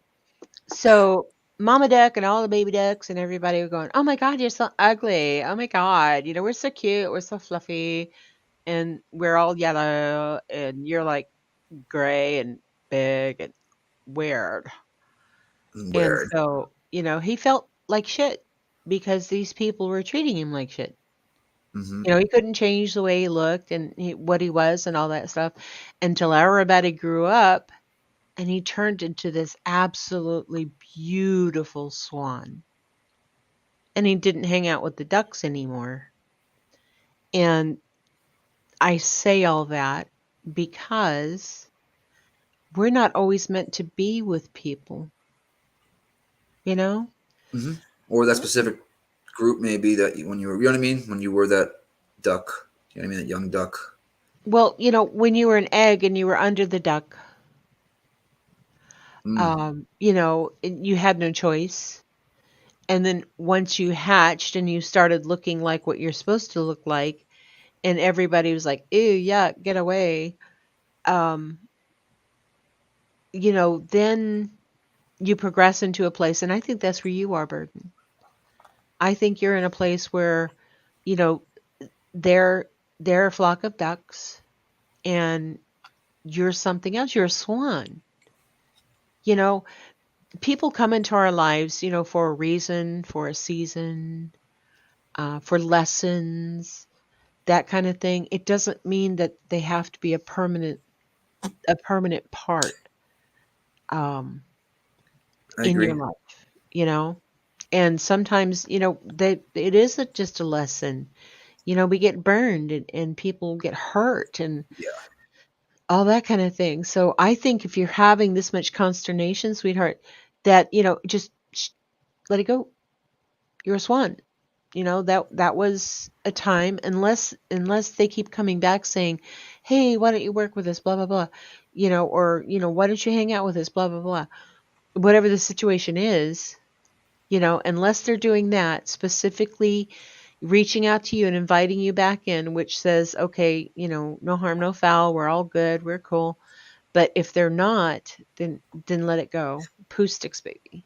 It's like Billy Madison. Stop staring at me, Swan. You know what I mean? The movie. No. Yeah, I didn't think that was gonna land either. No, I said. I mean, that's what I ended up doing with Spoon Lady. I mean, I kept reaching out, trying to text, trying to call, nothing. And I was just like, well, I sent a text. I'm sorry if I did something to offend you. I wish you would please let me know what it was. Oh, you reached out and You know, everything, and she didn't. Nothing. nothing. That's sweet. That's sweet. There had I to be take it back. I underlying. got one text that was just something to a whole group text that I was in, So I don't know if that was her trying to speak with me again or not. But no, you need to reach out to me privately after all this time. And how many years were you friends? We were friends in high school. We didn't know each other well. We were acquaintances in high school. And then we got reconnected by a friend who was friends with her. And then we were friends for about 8 years solid. It's a long time. And just because she had cooties. Well, I didn't even know she had cooties, but I'm not into this double dipping, finger licking the spoon and putting it back on the plate for the next person to stir their coffee with. I just don't do it. No, Yeah, no. no, that's yeah, no, that's It's common sense. I I mean, it's not even just me and you, which I wouldn't do it. And she knows this about me. She knows this about me. I don't like people eating off of my plate. I don't want people drinking after me. And I'm not a germaphobe. There's just some things. If I'm not going to kiss you on your mouth, don't drink from my soda. I just don't. And Listen, other things too. I mean, she's not a dirty person, but she also uses the bathroom and comes straight out and goes to the kitchen sink to wash her hands. I don't like that either, but I was just thankful she washed her hands. licking a spoon yeah. both sides and putting it back for everybody to use is, I mean, Gross. it's very gross and it's also inconsiderate.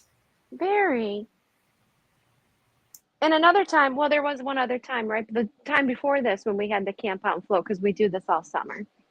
we opened a bottle of wine, was sitting on, we just opened it. I went to get glasses. She showed up late. She picked up the bottle of wine as I was coming back with the glasses and started to drink right out of the bottle. I knew it. I knew you were going to say it. And I was like, we all did though. We were like, no. Like, and I took it away from her, not rudely or abruptly, but I was like, give me that. What are you doing? And then it was the spoon thing. And that Oh, might have been the next morning. But you know what? You should have better sense than that. I'm so sorry. she took those two instances, you know what I mean, of you grabbing the wine when you went to go grab the glasses, took, you know, and then she double licked the spoon, and she's like, all right, that's it. She grabbed the wine bottle from me. She threw away my dirty spoon. We aren't friends anymore. And I think she was doing this stuff on purpose, because why would you continue to do it unless you just had no regard for the others around you? Didn't think of that. I don't know. We need spoon lickers, says Pecan Pie. You know, Mm-mm. unless she was trying to get rid of you and couldn't think of a way except to make you really angry. I mean, like, what's her name? Corey Richens? Was that her? She was the one who made the sandwich for her husband and everything looked all good and everything. Then she killed him. Oh my. Was that the right one? I Was she don't the one that It's was the one, poisoning her? yeah, with the fentanyl in the drink. Yes, the Yeah. Michael Jackson stuff, right.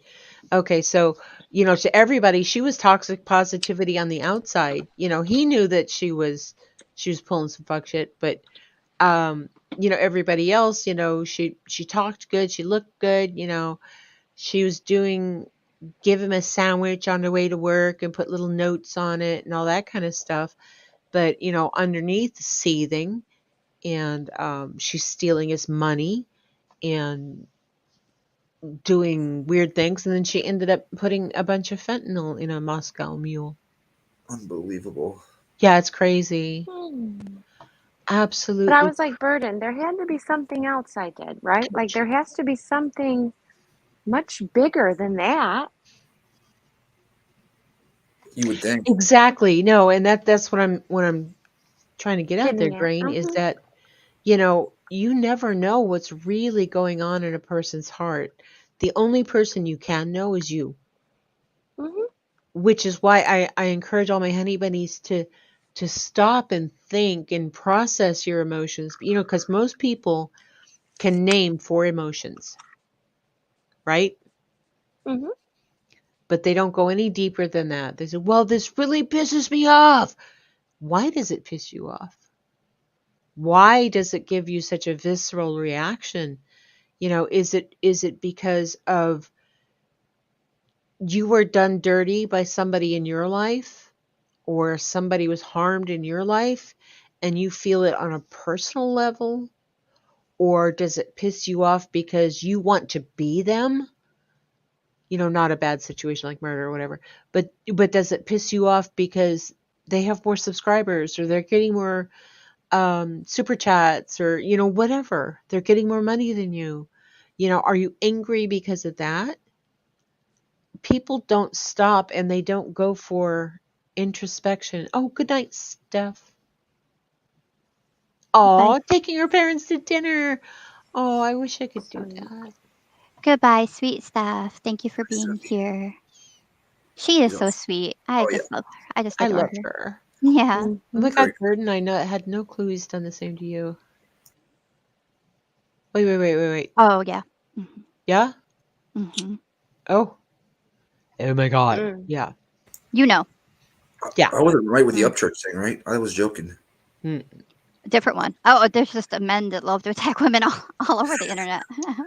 Oh, Oh my God. God. That's Feeling why. offended is an emotional state caused by a communicated direct or inferred indirect negative evaluation. Yes. Yes. Yes, it is. I Yes. love her. I love Amelia. I There's think definitely been, negative I have been negatively evaluated, and then the person is offended by me, but that's not what I meant. I didn't mean it, and I don't, and then I just kind of feel like I'm just evaluated negatively, period, end of story. There's nothing I can say or do now. And so I'm afraid to speak at all, but I don't want to not speak and not resolve, but it's like you causing know, more damage to both of us. some things have to remain unresolved. they go cold case or whatever you want to call them, because if you're not in control over the resolution, then you got to let it go. And that's hard to do. That's really hard to It's do. frustrating, but yeah, it's definitely you gotta because I've been like that where I've like what's wrong with this person? You know what I mean? It's underlying issues that are them problems, not my problem. You know what I mean? And I try to do everything I can to make that person feel the way they think they should be. You know what I mean? But at the end of the day, it wasn't my fault. It was really their fault, type thing. And not even really fault. It's just their issue that they have, which is with themselves and not really with me. Well, and that's I kind of talked about this. I don't know, a couple weeks ago or whatever. But like in a text message, in a chat message, in a comment or something on YouTube, you're not going to change somebody's mind. You're not going to change their mind that they're a tragedy pimp or, that what they said was wrong or whatever. It's just not going to happen. And some people, no matter how hard you try, you've gone through yourself and you're clean, you know, okay, I offended them. I'm not sure what it was. They won't tell me what it is. So I'm going to imagine all this stuff and I'm going to try to change things in myself. And no, if they're not going to tell you what's wrong and how you can interact with them better next time, and I'm an expert on this. I have a PhD in this because of my autism. People have told me throughout my whole life, you're People pleaser? I'm a what? A people pleaser? I've No, been I'm not told. a people pleaser. I say things bluntly. They used to call me Captain Obvious because That's why you told us that. Yeah. yeah, because I'm like, oh my God, she's wearing socks with her Birkenstocks. You know, Grandma Sherry, I yeah, I have a question. Have you yes, heard of this like new concept? I'm not sure really how far it's gone exactly, but I heard a psychiatrist, a clinical psychologist talks. She has a YouTube channel, and she was talking about. I think she worded it as masked autism. Maybe is how she worded it. Masked autism. Maybe it had uh, PTSD associated with it as well, but it's about yeah. those that have been not diagnosed with autism, but there seems to be many symptoms that correlate to it. That you've struggled your whole life, that you don't understand why you're different, you feel you're different, you don't. But I forgot how she worded it, but I think she's calling it. I can actually look it up. But I think she said Actually, masked. actually, I have a video on masking, Yeah. and it's Okay. basically when you perform and you act a certain way and you say certain things and you look a certain way, and to please everybody around you, to make everybody around you feel very comfortable. Yeah. That's putting on a mask. That's not you. Yeah. Okay. And it's not just people with autism, it's also people in the LB, yeah, the gay community. LGBTQ. I mean IA. LGBT plus. Yes. Oh Yes. man, I don't even know. I think there is QT Thank plus. you. Yeah. Um, I'm sorry. Like I said, my brain is just fried. But it's them. It's people with CPSD, Chronic pain. CPTSD, chronic pain. Anybody who is not just, you know, no bra, this is me, no makeup, A lot of me. times it's because it's outside of the social norm. So Exactly. it's frowned upon to be somebody that's in pain and you have an invisible illness, that everyone looks at you like you why are you complaining and saying your pain every day? Sure, okay, you're making it up. You just want attention. And so you just get so much abuse that way that yeah, it's better just to fake it and stand up Well, straight as you can, put a smile on. And and they do and that positive, the junk that the you were talking about today. toxic positivity, Yes. yeah. And here's the thing. When you do that to yourself, that's bad. But It's Okay, exhausting. because I check all the boxes. Okay, I have autism. I have chronic pain. Um, I have disabilities. I'm old, and I have CPTSD. And so I spent most of my life learning how to mask, my behavioral therapy, if you will. Uh, but the thing is that, I mean, I get to a point where I don't even want to. People say, "How you doing?" I say, "Okay," and I don't want to tell them, "No, I'm in pain, and I'm losing my frickin' mind." And like a while ago, I wanted to off myself because I just didn't want to deal with anything anymore. And I get to the point where I think they don't want to hear this every time. They don't want to hear it. So they say, "How you doing?" I go, "Great, thanks. Thanks for asking." You know, Yep. you know, it's only Miss Ann. She talks about the people. I hate the other chats, not Queens, right? But there are people in chats saying like, "Oh, stop talking about it." That was helping her. You know what I mean, Miss Ann, talking about what's going on with her cancer, and I'd see other chats, that she's not a part of anymore. But like, yeah, take it to another chat. We don't want to hear it or stuff like, you know what I mean. I don't know. I just felt like that was wrong. It was, it's just giving her Well, just place to, I don't know. You it know what I is mean? wrong, but if she went on one live and she talked about it, and then went on the another live next day and talked about it, people need people need to talk about their stuff. We're social animals. We're burrow dwellers. We need to share this with each other. And that's maybe not the right place to do it, because there are people that just don't care. Yeah, I hear what you're saying. They don't care. And that's why we need to cultivate friends, whether it's a parasocial relationship. I used to be Tim Ward. You did. I did parasocial. That's the thing is, real quick. I've seen people like when she ask, "Hey, how are you doing?" Right, and that kind of it will bring and then so it's not like she just comes up and says, you know what I mean? And makes it all about herself. People will ask her how she's doing on the panel or something like that, and then yeah, she might talk about it a bit more. But I don't know. I just feel like it's like peeking on. It's just a bit cruel. Let someone. It's not that hasn't know Miss Ann, but I mean, just let them speak and hear them. Give them positive vibes. Right, exactly. Exactly. And I don't know, because what she's going through is really traumatic. And what Burden's been experiencing is really traumatic. And what Cotton Candy Boobs experienced is really traumatic. And what I'm going through right now, it's traumatic. And snowflakes or whatever, people who are like, "Oh my God, I didn't get enough, breve in my Starbucks." Whatever, that feel like that's traumatic to them, Mm-hmm. you know? And we as adults, one purpose of the borough is so that we can talk about this stuff, be in a nice, safe place, and a big group hug, that we're not alone, you know, um, Yes. that we can all work this out. It's like a big kitchen table. Let's just sit here and talk about stuff. Um, Like, I but almost That's lost my job when I was going through all of those losses. I worked for the same company like almost the entire time. And that was a very, very hard, as you can imagine, time for me, right? And I was in customer service and we sold hobby, remote control race cars, helicopters, airplanes, all that kind of fun stuff. And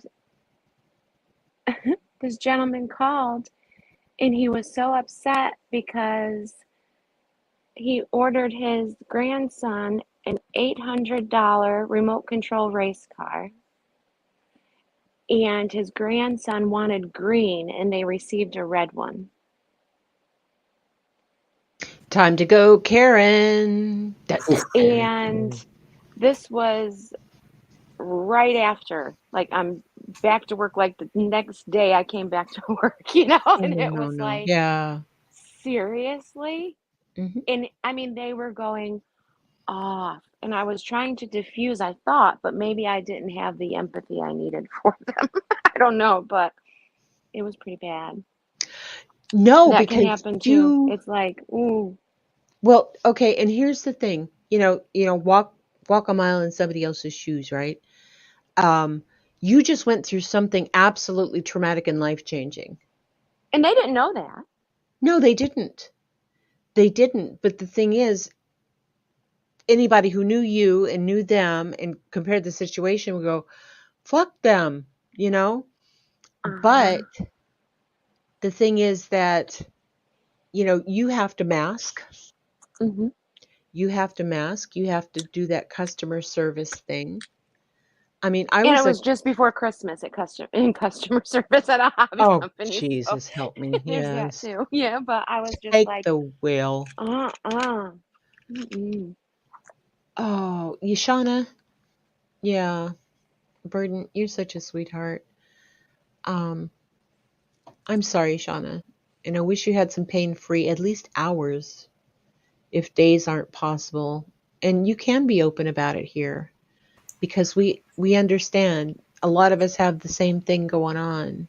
Mhm. Nikki, if you don't stop typing in the back chat, They're boy, calling back chat Oh for a no. reason. Well, no, I just came Distracted. back over to that because I was over writing on the other side, and I came back and I just started to write to you, and then I saw this message come in, and I was like, no, no, no, no, I'm not ignoring you. No, I did. No, I did. Yeah, I didn't want. I didn't know if it was for something. Thank you for checking in. It's very, very sweet of you. I know that that was your intention. It's not. Yes. Boston is a So sweetheart. Hey, he talking is. of what, how are things going with Mel? Good. Yeah, Yep. I She's see. 5 hours ahead, so she's sleeping right now. Oh, She's in England. I think she's coming down for my best friend's wedding in September as my plus one. Oh, I'm the best man.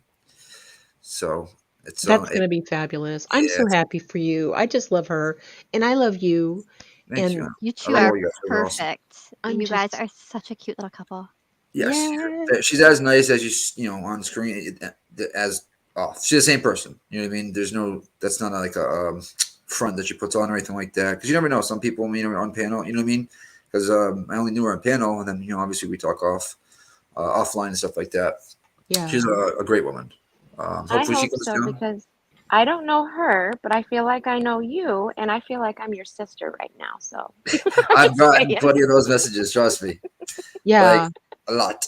A But lot. yes, a lot. And Yeah. but yeah, we're not rushing into anything like that. We're just taking it very slow.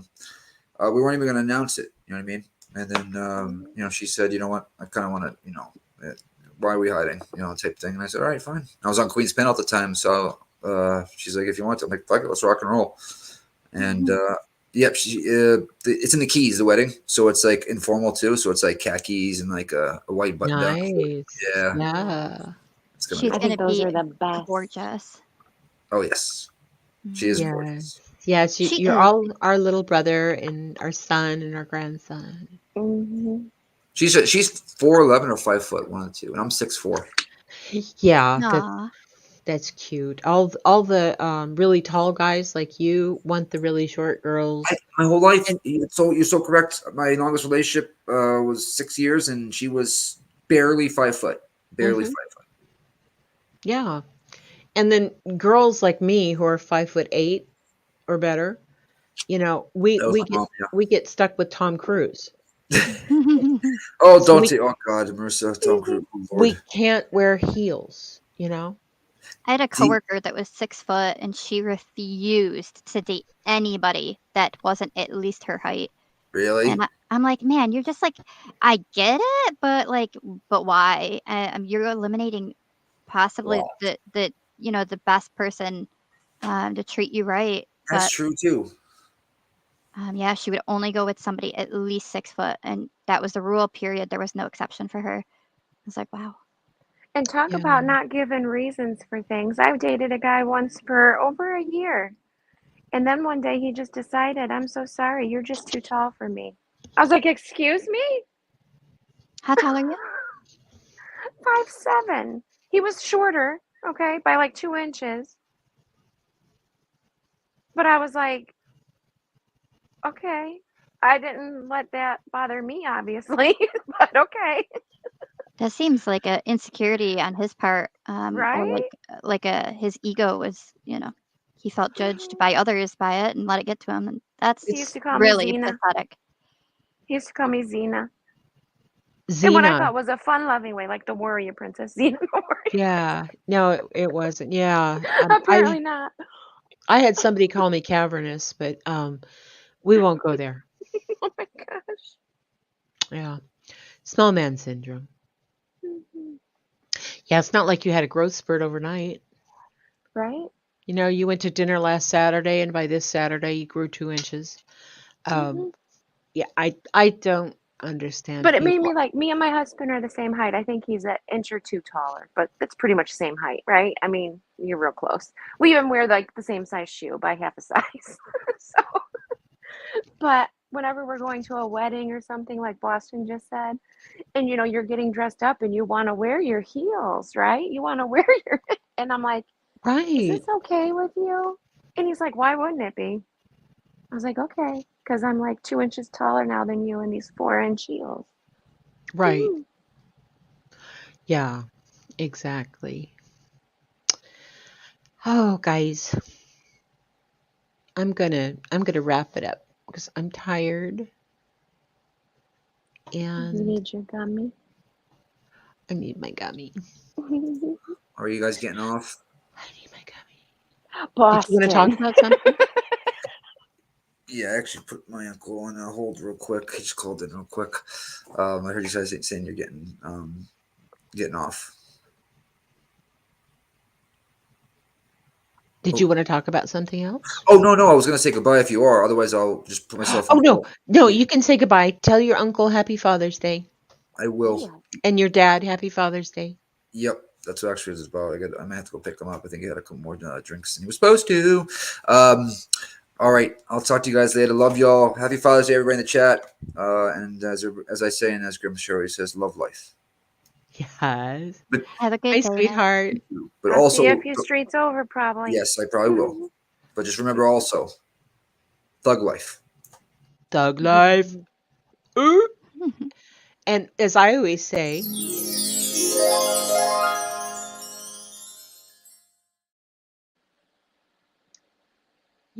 sometimes life can be kind of fucked. Mhm. And a lot of people, okay, I know this girl, and she had like this wonderful upbringing, great family. She's beautiful, went to a wonderful college, was best friends with this guy, and they ended up falling in love and getting married. And, you know, they went on exotic vacations and all that Instagram stuff, right? And I don't know her beyond that point, you know, but Mhm. honestly, I look at her and I'm kind of jealous. I'm kind of jealous because I didn't have that. Hey, Jasmina, I didn't see you in here. Oh, bye, Nikki. Um, I didn't have that. I didn't have the relatives who died and left me inheritances and houses, and I didn't have the parents who stuck up for me and all that stuff. And I know that a lot of people can relate to that, and it's I'm sorry, I just got distracted. Squirrel, happy Dadu Day. Yeah,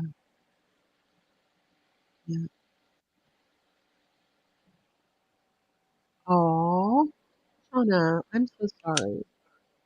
Hey, KB, thanks for coming in, baby. We're about to wrap it up. But, basically, I want us to just get together and love each other and correct each other and hold each other responsible and accountable. And we can get through this together, you know? We can get through anything together. And I think that's the important part. It is. And sometimes it's hard for people to realize that it's not a personal attack, you know? Mm, And usually when that happens and they act like it's a personal attack burden, I tend to think that they really are struggling with whatever issue has upset them. And so that's why they view it that way. yeah. Yeah. That's Or and they that's just need to get off their high horse. Hmm. I don't know. Like Boston said, that's a them problem. It's a In them. turn, That's not just being dismissive. It literally is. And I don't think there's anything you can do to fix that. Right. I think that's what's so like hard to deal with too is that I want to remain patient. I I do think that it's other things in their life probably to do with their traumas, their experiences, and whatnot. But the fact that they are assigning the accountability and responsibility to me and painting me to be a villain, and then that's knowing when I've said, like, I will examine and look inward if I need to correct something, if I've done Hmm. something to offend you, to hurt you. I want to be better each day if I'm failing somewhere, and I'm willing to do it. And a lot of people aren't. A lot of people, including my boyfriend, are like, this is what I am. Take it or leave it. You don't like it, goodbye. I don't care. I'm not that way. Yeah. And so then to have the person know that I would be willing to do that, basically just tell me that I'm like terrible for this or that. No, Yeah, no. They can say anything they want to you about what you are or what they think you are. The only time that really matters, baby, is when it sticks, when you accept it. yeah. And that's exactly what I'm trying to. That's really what I'm kind of working through right now. Hmm. Is that true? Like I don't feel No, how. it's not true. No. And then I'm like, how are they getting that impression? Because obviously, how perception at times can be everything, and so I don't want people to perceive me to be something I'm not. If I'm putting out something in a way that is being received opposite from what I intend, I would like to correct that, especially with being online and what I do. I don't want to be hurting or offending people, but then I don't know. And then I question, like, is there a problem with me, or is it just their own thing and I'm okay? Because I don't know. I'm willing to own up if I need to and work on me, but I also just feel super confused to a point that it does feel very either manipulative or gaslightish or something there. So I'm just trying to sort through it. Well, 666 slash. mm, Hi. I don't think I've seen you before. Have I? I've seen them. Oh, yes, I have. I have seen them before. Yeah. Yes. Yeah, it's okay. It's pretty cool. You'll be nice in here, right, Slash? We're leaving anyway, ladies.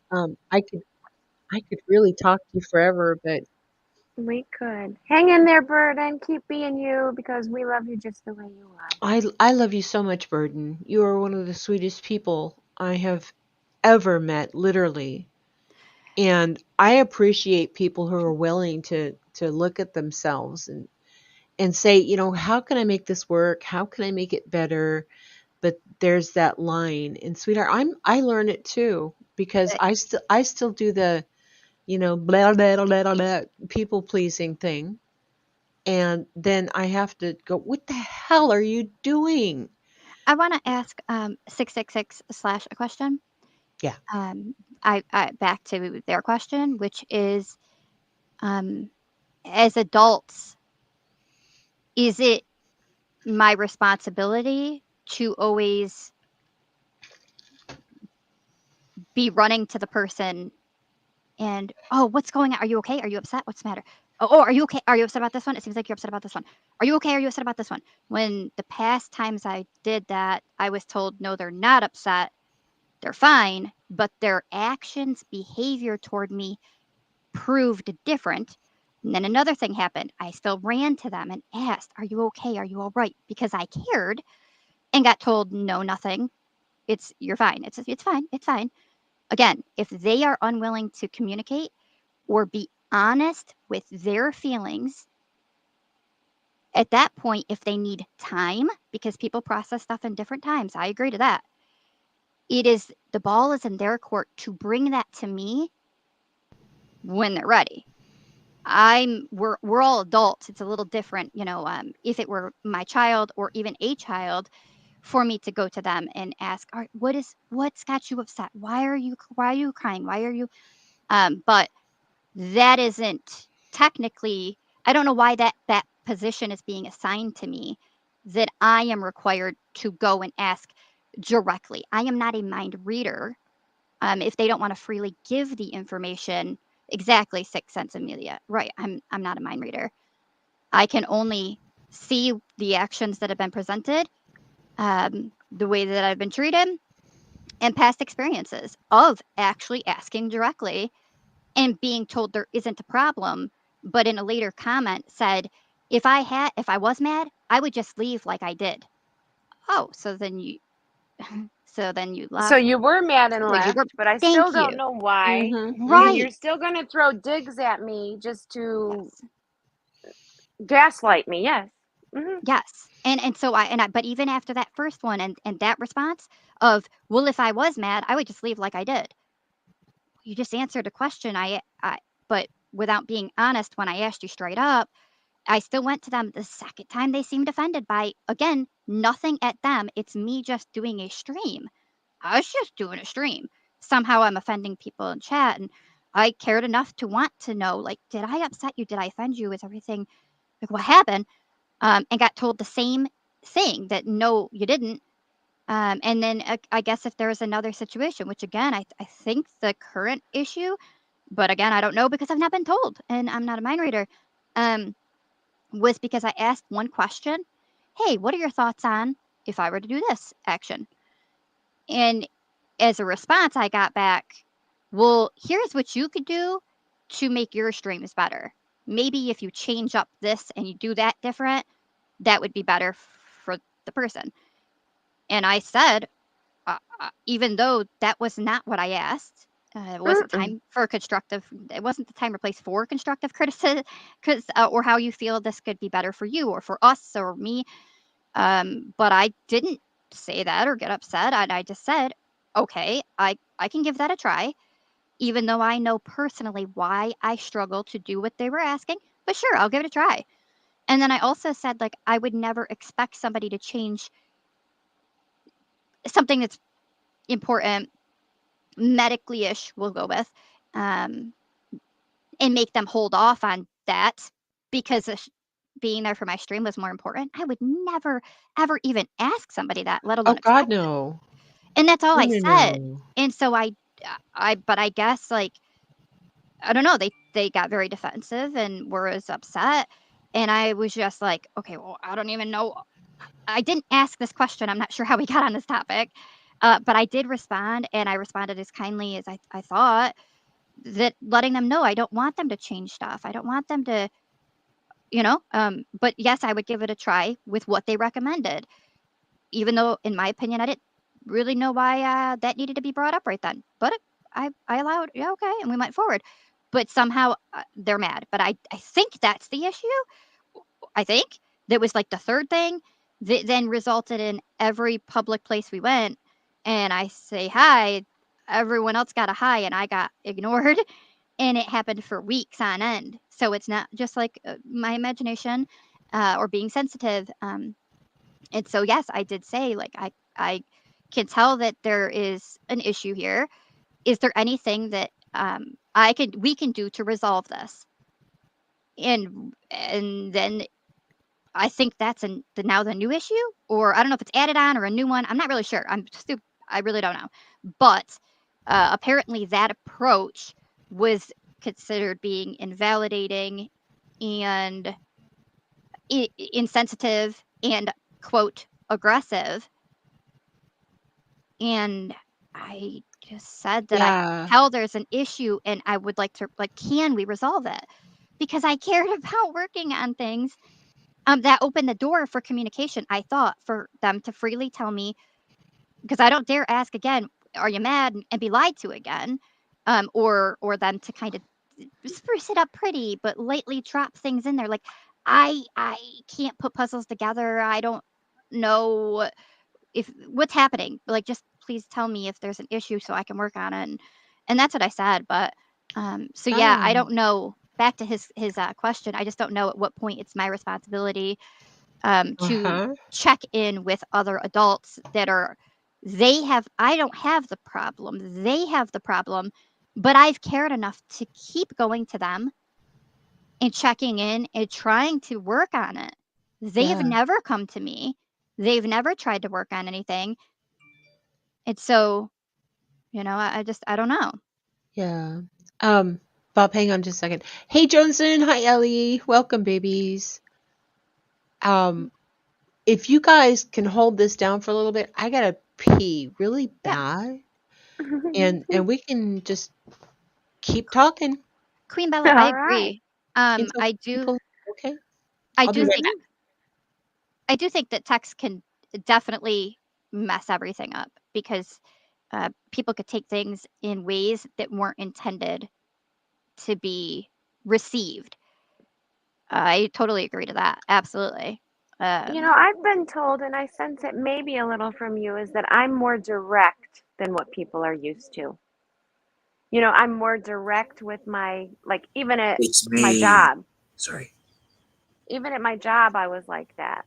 Like when a customer would have an issue, an internal customer, another department or something. I would start with, good morning, but it wasn't, oh, good morning. I hope you had a lovely weekend. I'm looking into this problem right now for you. This is, I was just like answered the question.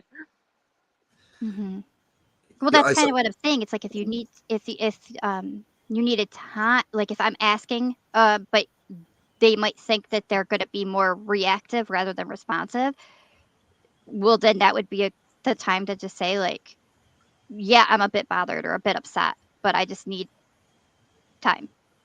Like I Uh, have a low tolerance. If someone needs babied like that, nope, nope. I saw somebody You in the know what I chat mean? say they. Queen Bella, do you want to come up?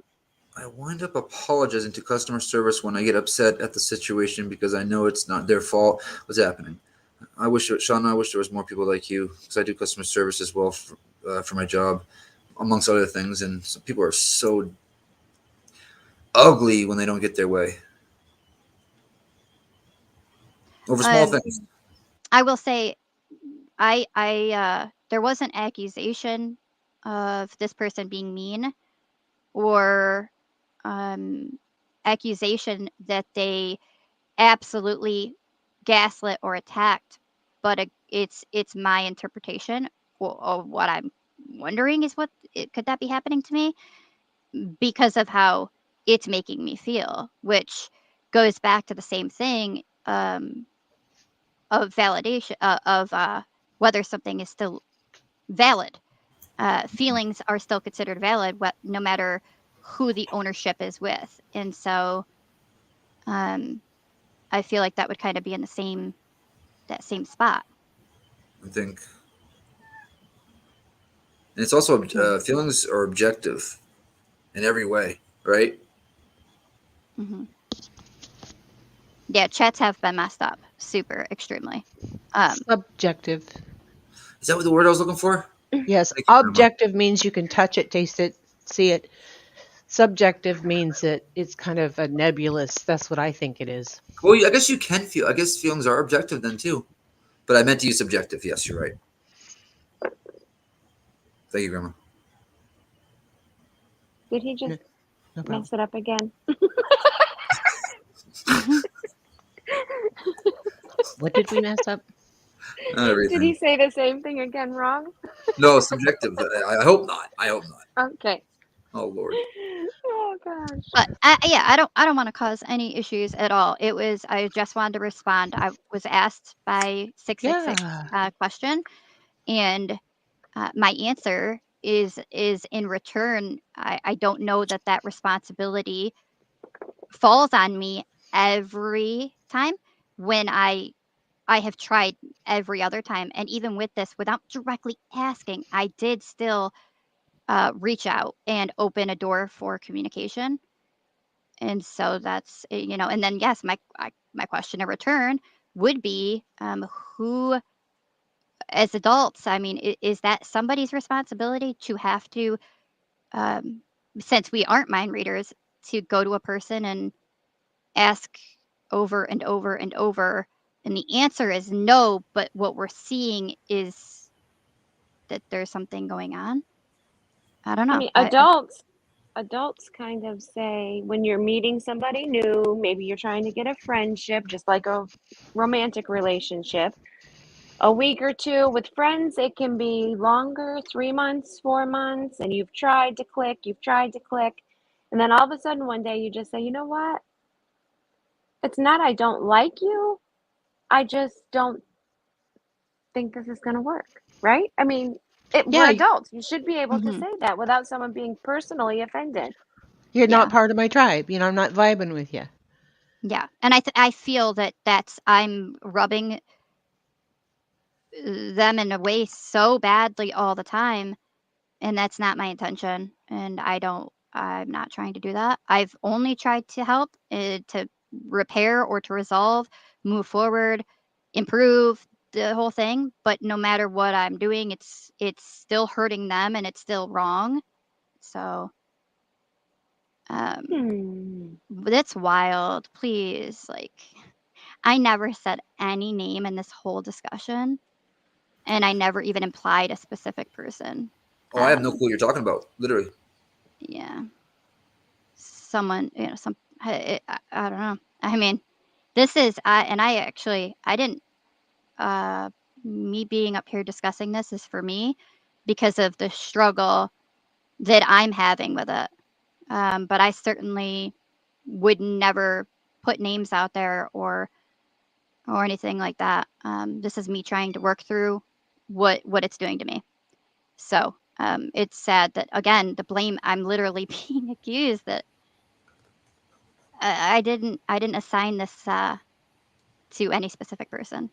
It seems as though they're volunteering and choosing to make this that I've Into put something that it's not. this public, right, when nobody would have known nothing for nothing. Like they they were saying all the things in the chat the whole stream, and can have their feelings, and I never said stop it, this should be private. I let them feel how they feel, and that's okay. And then I came up here because I do better talking than typing, and I'm just talking about how I feel. But I never made it about any specific person, so it's unfortunate. Very. And it's even more unfortunate that, again, I just, it's like, I don't know, I'm just the scapegoat. It seems that I don't know, that's rough. It's not a good place to be, I'll tell you that. It's not, and you're not a bad person for discussing it over here on this channel when we're talking about the subject that is in the title. So right, it's not like don't go trying to make her look like a bad person because she's reaching out to other folks. And again, she hasn't said any names. I have no clue. I mean, I'm just that stoned or whatever, but I have no clue who she's talking about. I just know she. Good. I didn't either until a moment ago. I had no reason to know, Yeah, and I absolutely never would have said nothing, because it's not about. That's not what it's about. I don't know, because that's not what it's about. This is nothing more than about me discussing at a place, one of the few of at least the areas I go, that discussions like this can happen. And I'm around other people who get it, who get these relationships that happen on YouTube, and just how differently they can all vary. And I feel safe in this space with Grandma Sherry.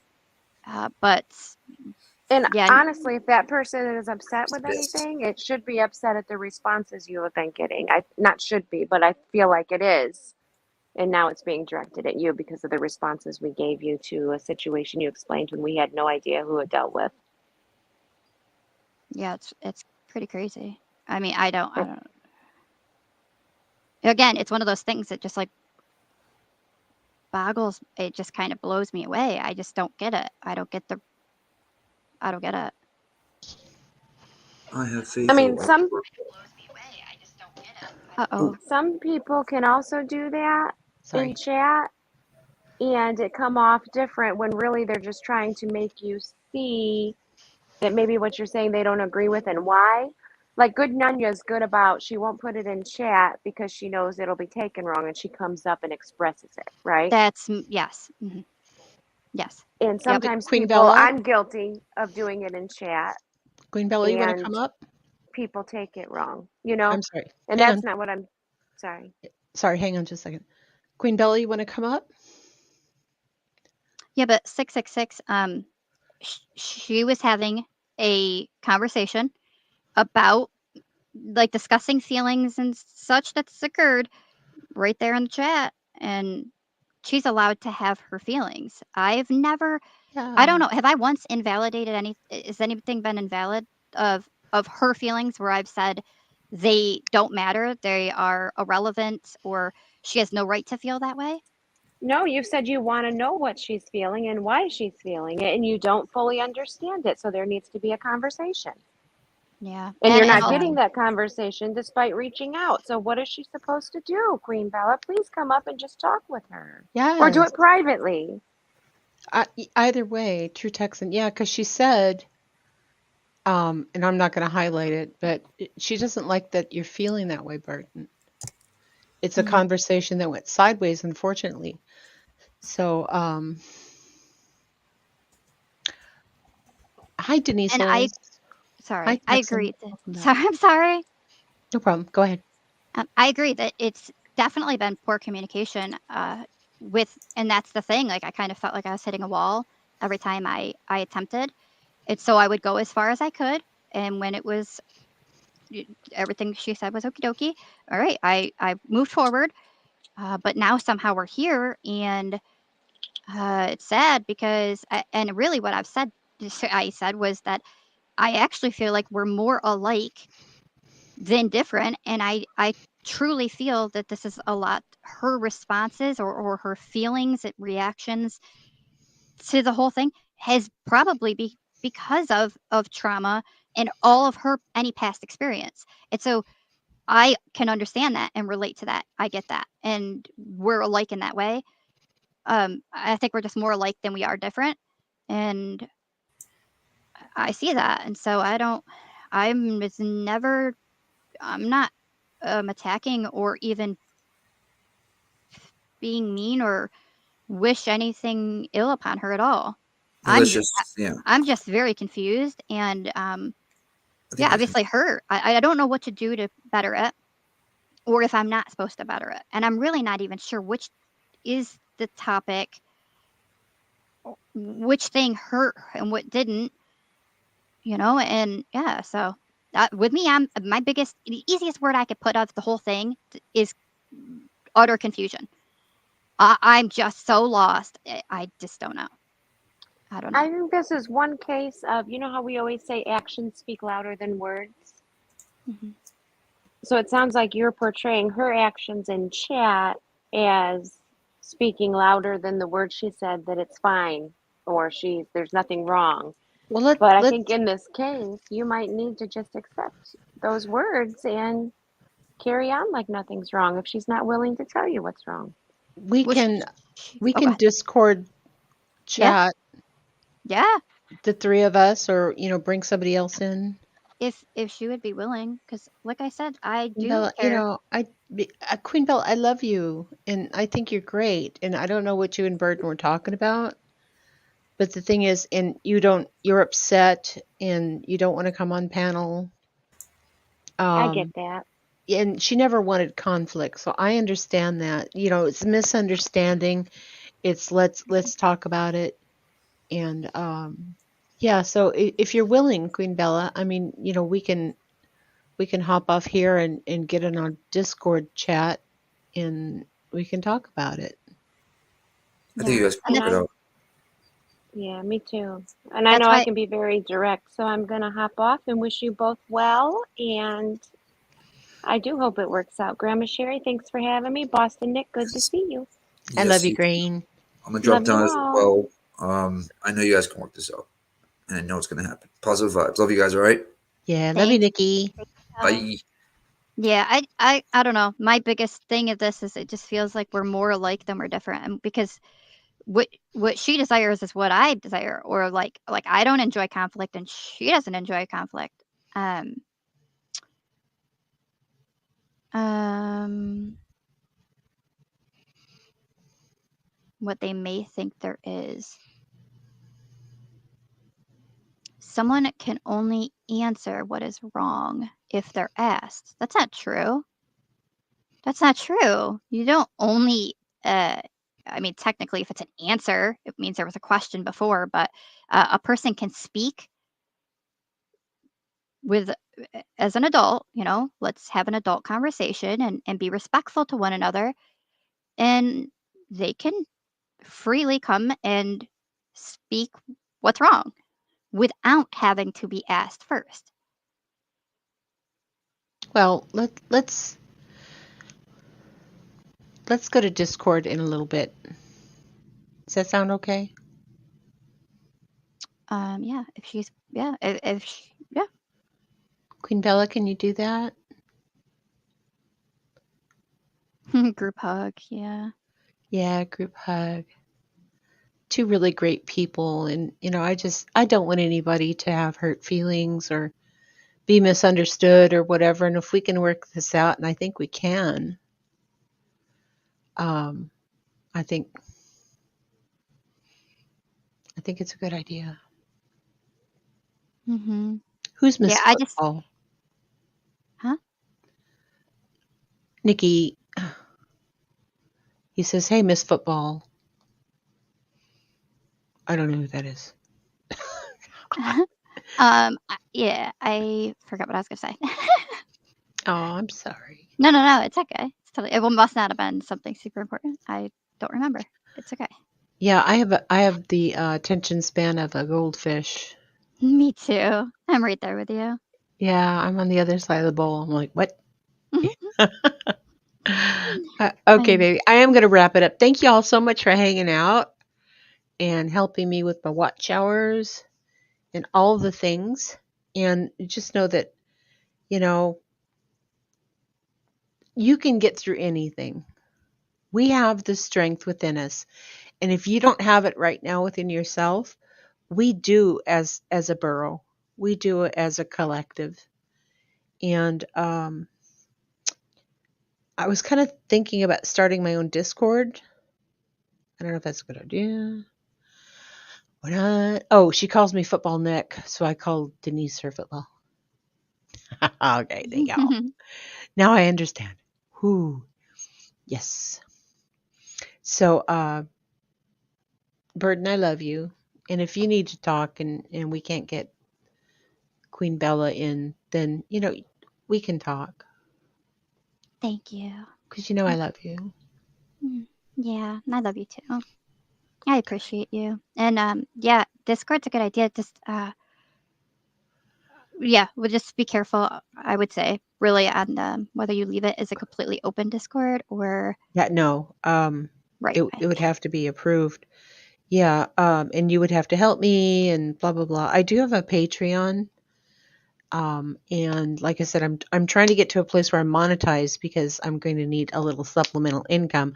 Just going to be straight out there, not going to be asking you to put color on the board, but you know, this can be help to me in the future. So just being honest. But yeah, so I've been looking at Discord and whatnot, because I do have a lot of people that want to talk and want to be in, a safe environment where they feel accepted. And, we're not specifically true crime. We're just life. Right. Right. Very true. I think it would be a good place. It would, I don't know, it'd be like your own little burrow right there in Discord. It'd be Yeah. nice. And we know there's safer, ways to go about who is in, and it doesn't gotta be something that's just all the Well, people. yeah, exactly. And from what I understand, you can give permissions to different people to go into different chats. So, like I said, it's Yeah, it's yes, interesting. Discord. Love that, Grandma. Okay. Yeah, what they do with the video, like the voice, it's considered a voice room now that you can invite in other people that they will only be there while they're in that room, do whatever, and then when they leave, then they're out. It's not like they're actually in the Discord. So that's another option. Yeah. That's really cool. I also want to watch movies. I know it. That's what when I saw that option, I'm like, oh my gosh, this would be perfect to like allow people in for a movie night, but if we don't really know who they are, they're not actually in the Discord. It's a good Yeah, idea. exactly. Yeah, but just have a Discord is another animal. That's why it's called that. Discord. I don't know if y'all saw it, but Blunt B is going live in a couple hours. And if you haven't heard him, he has an absolutely gorgeous voice. And if he cams up, you'll like that too. But yeah, so if you're not subscribed to Blunt B, run over there and subscribe. And I'm going to try to hang out for another 2 hours or so and be there. He's going to be talking about Brian Koberger. Dun dun dun.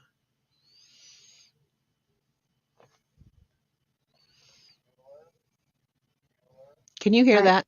Yeah. What was that? I heard it twice. Hello? Bueller?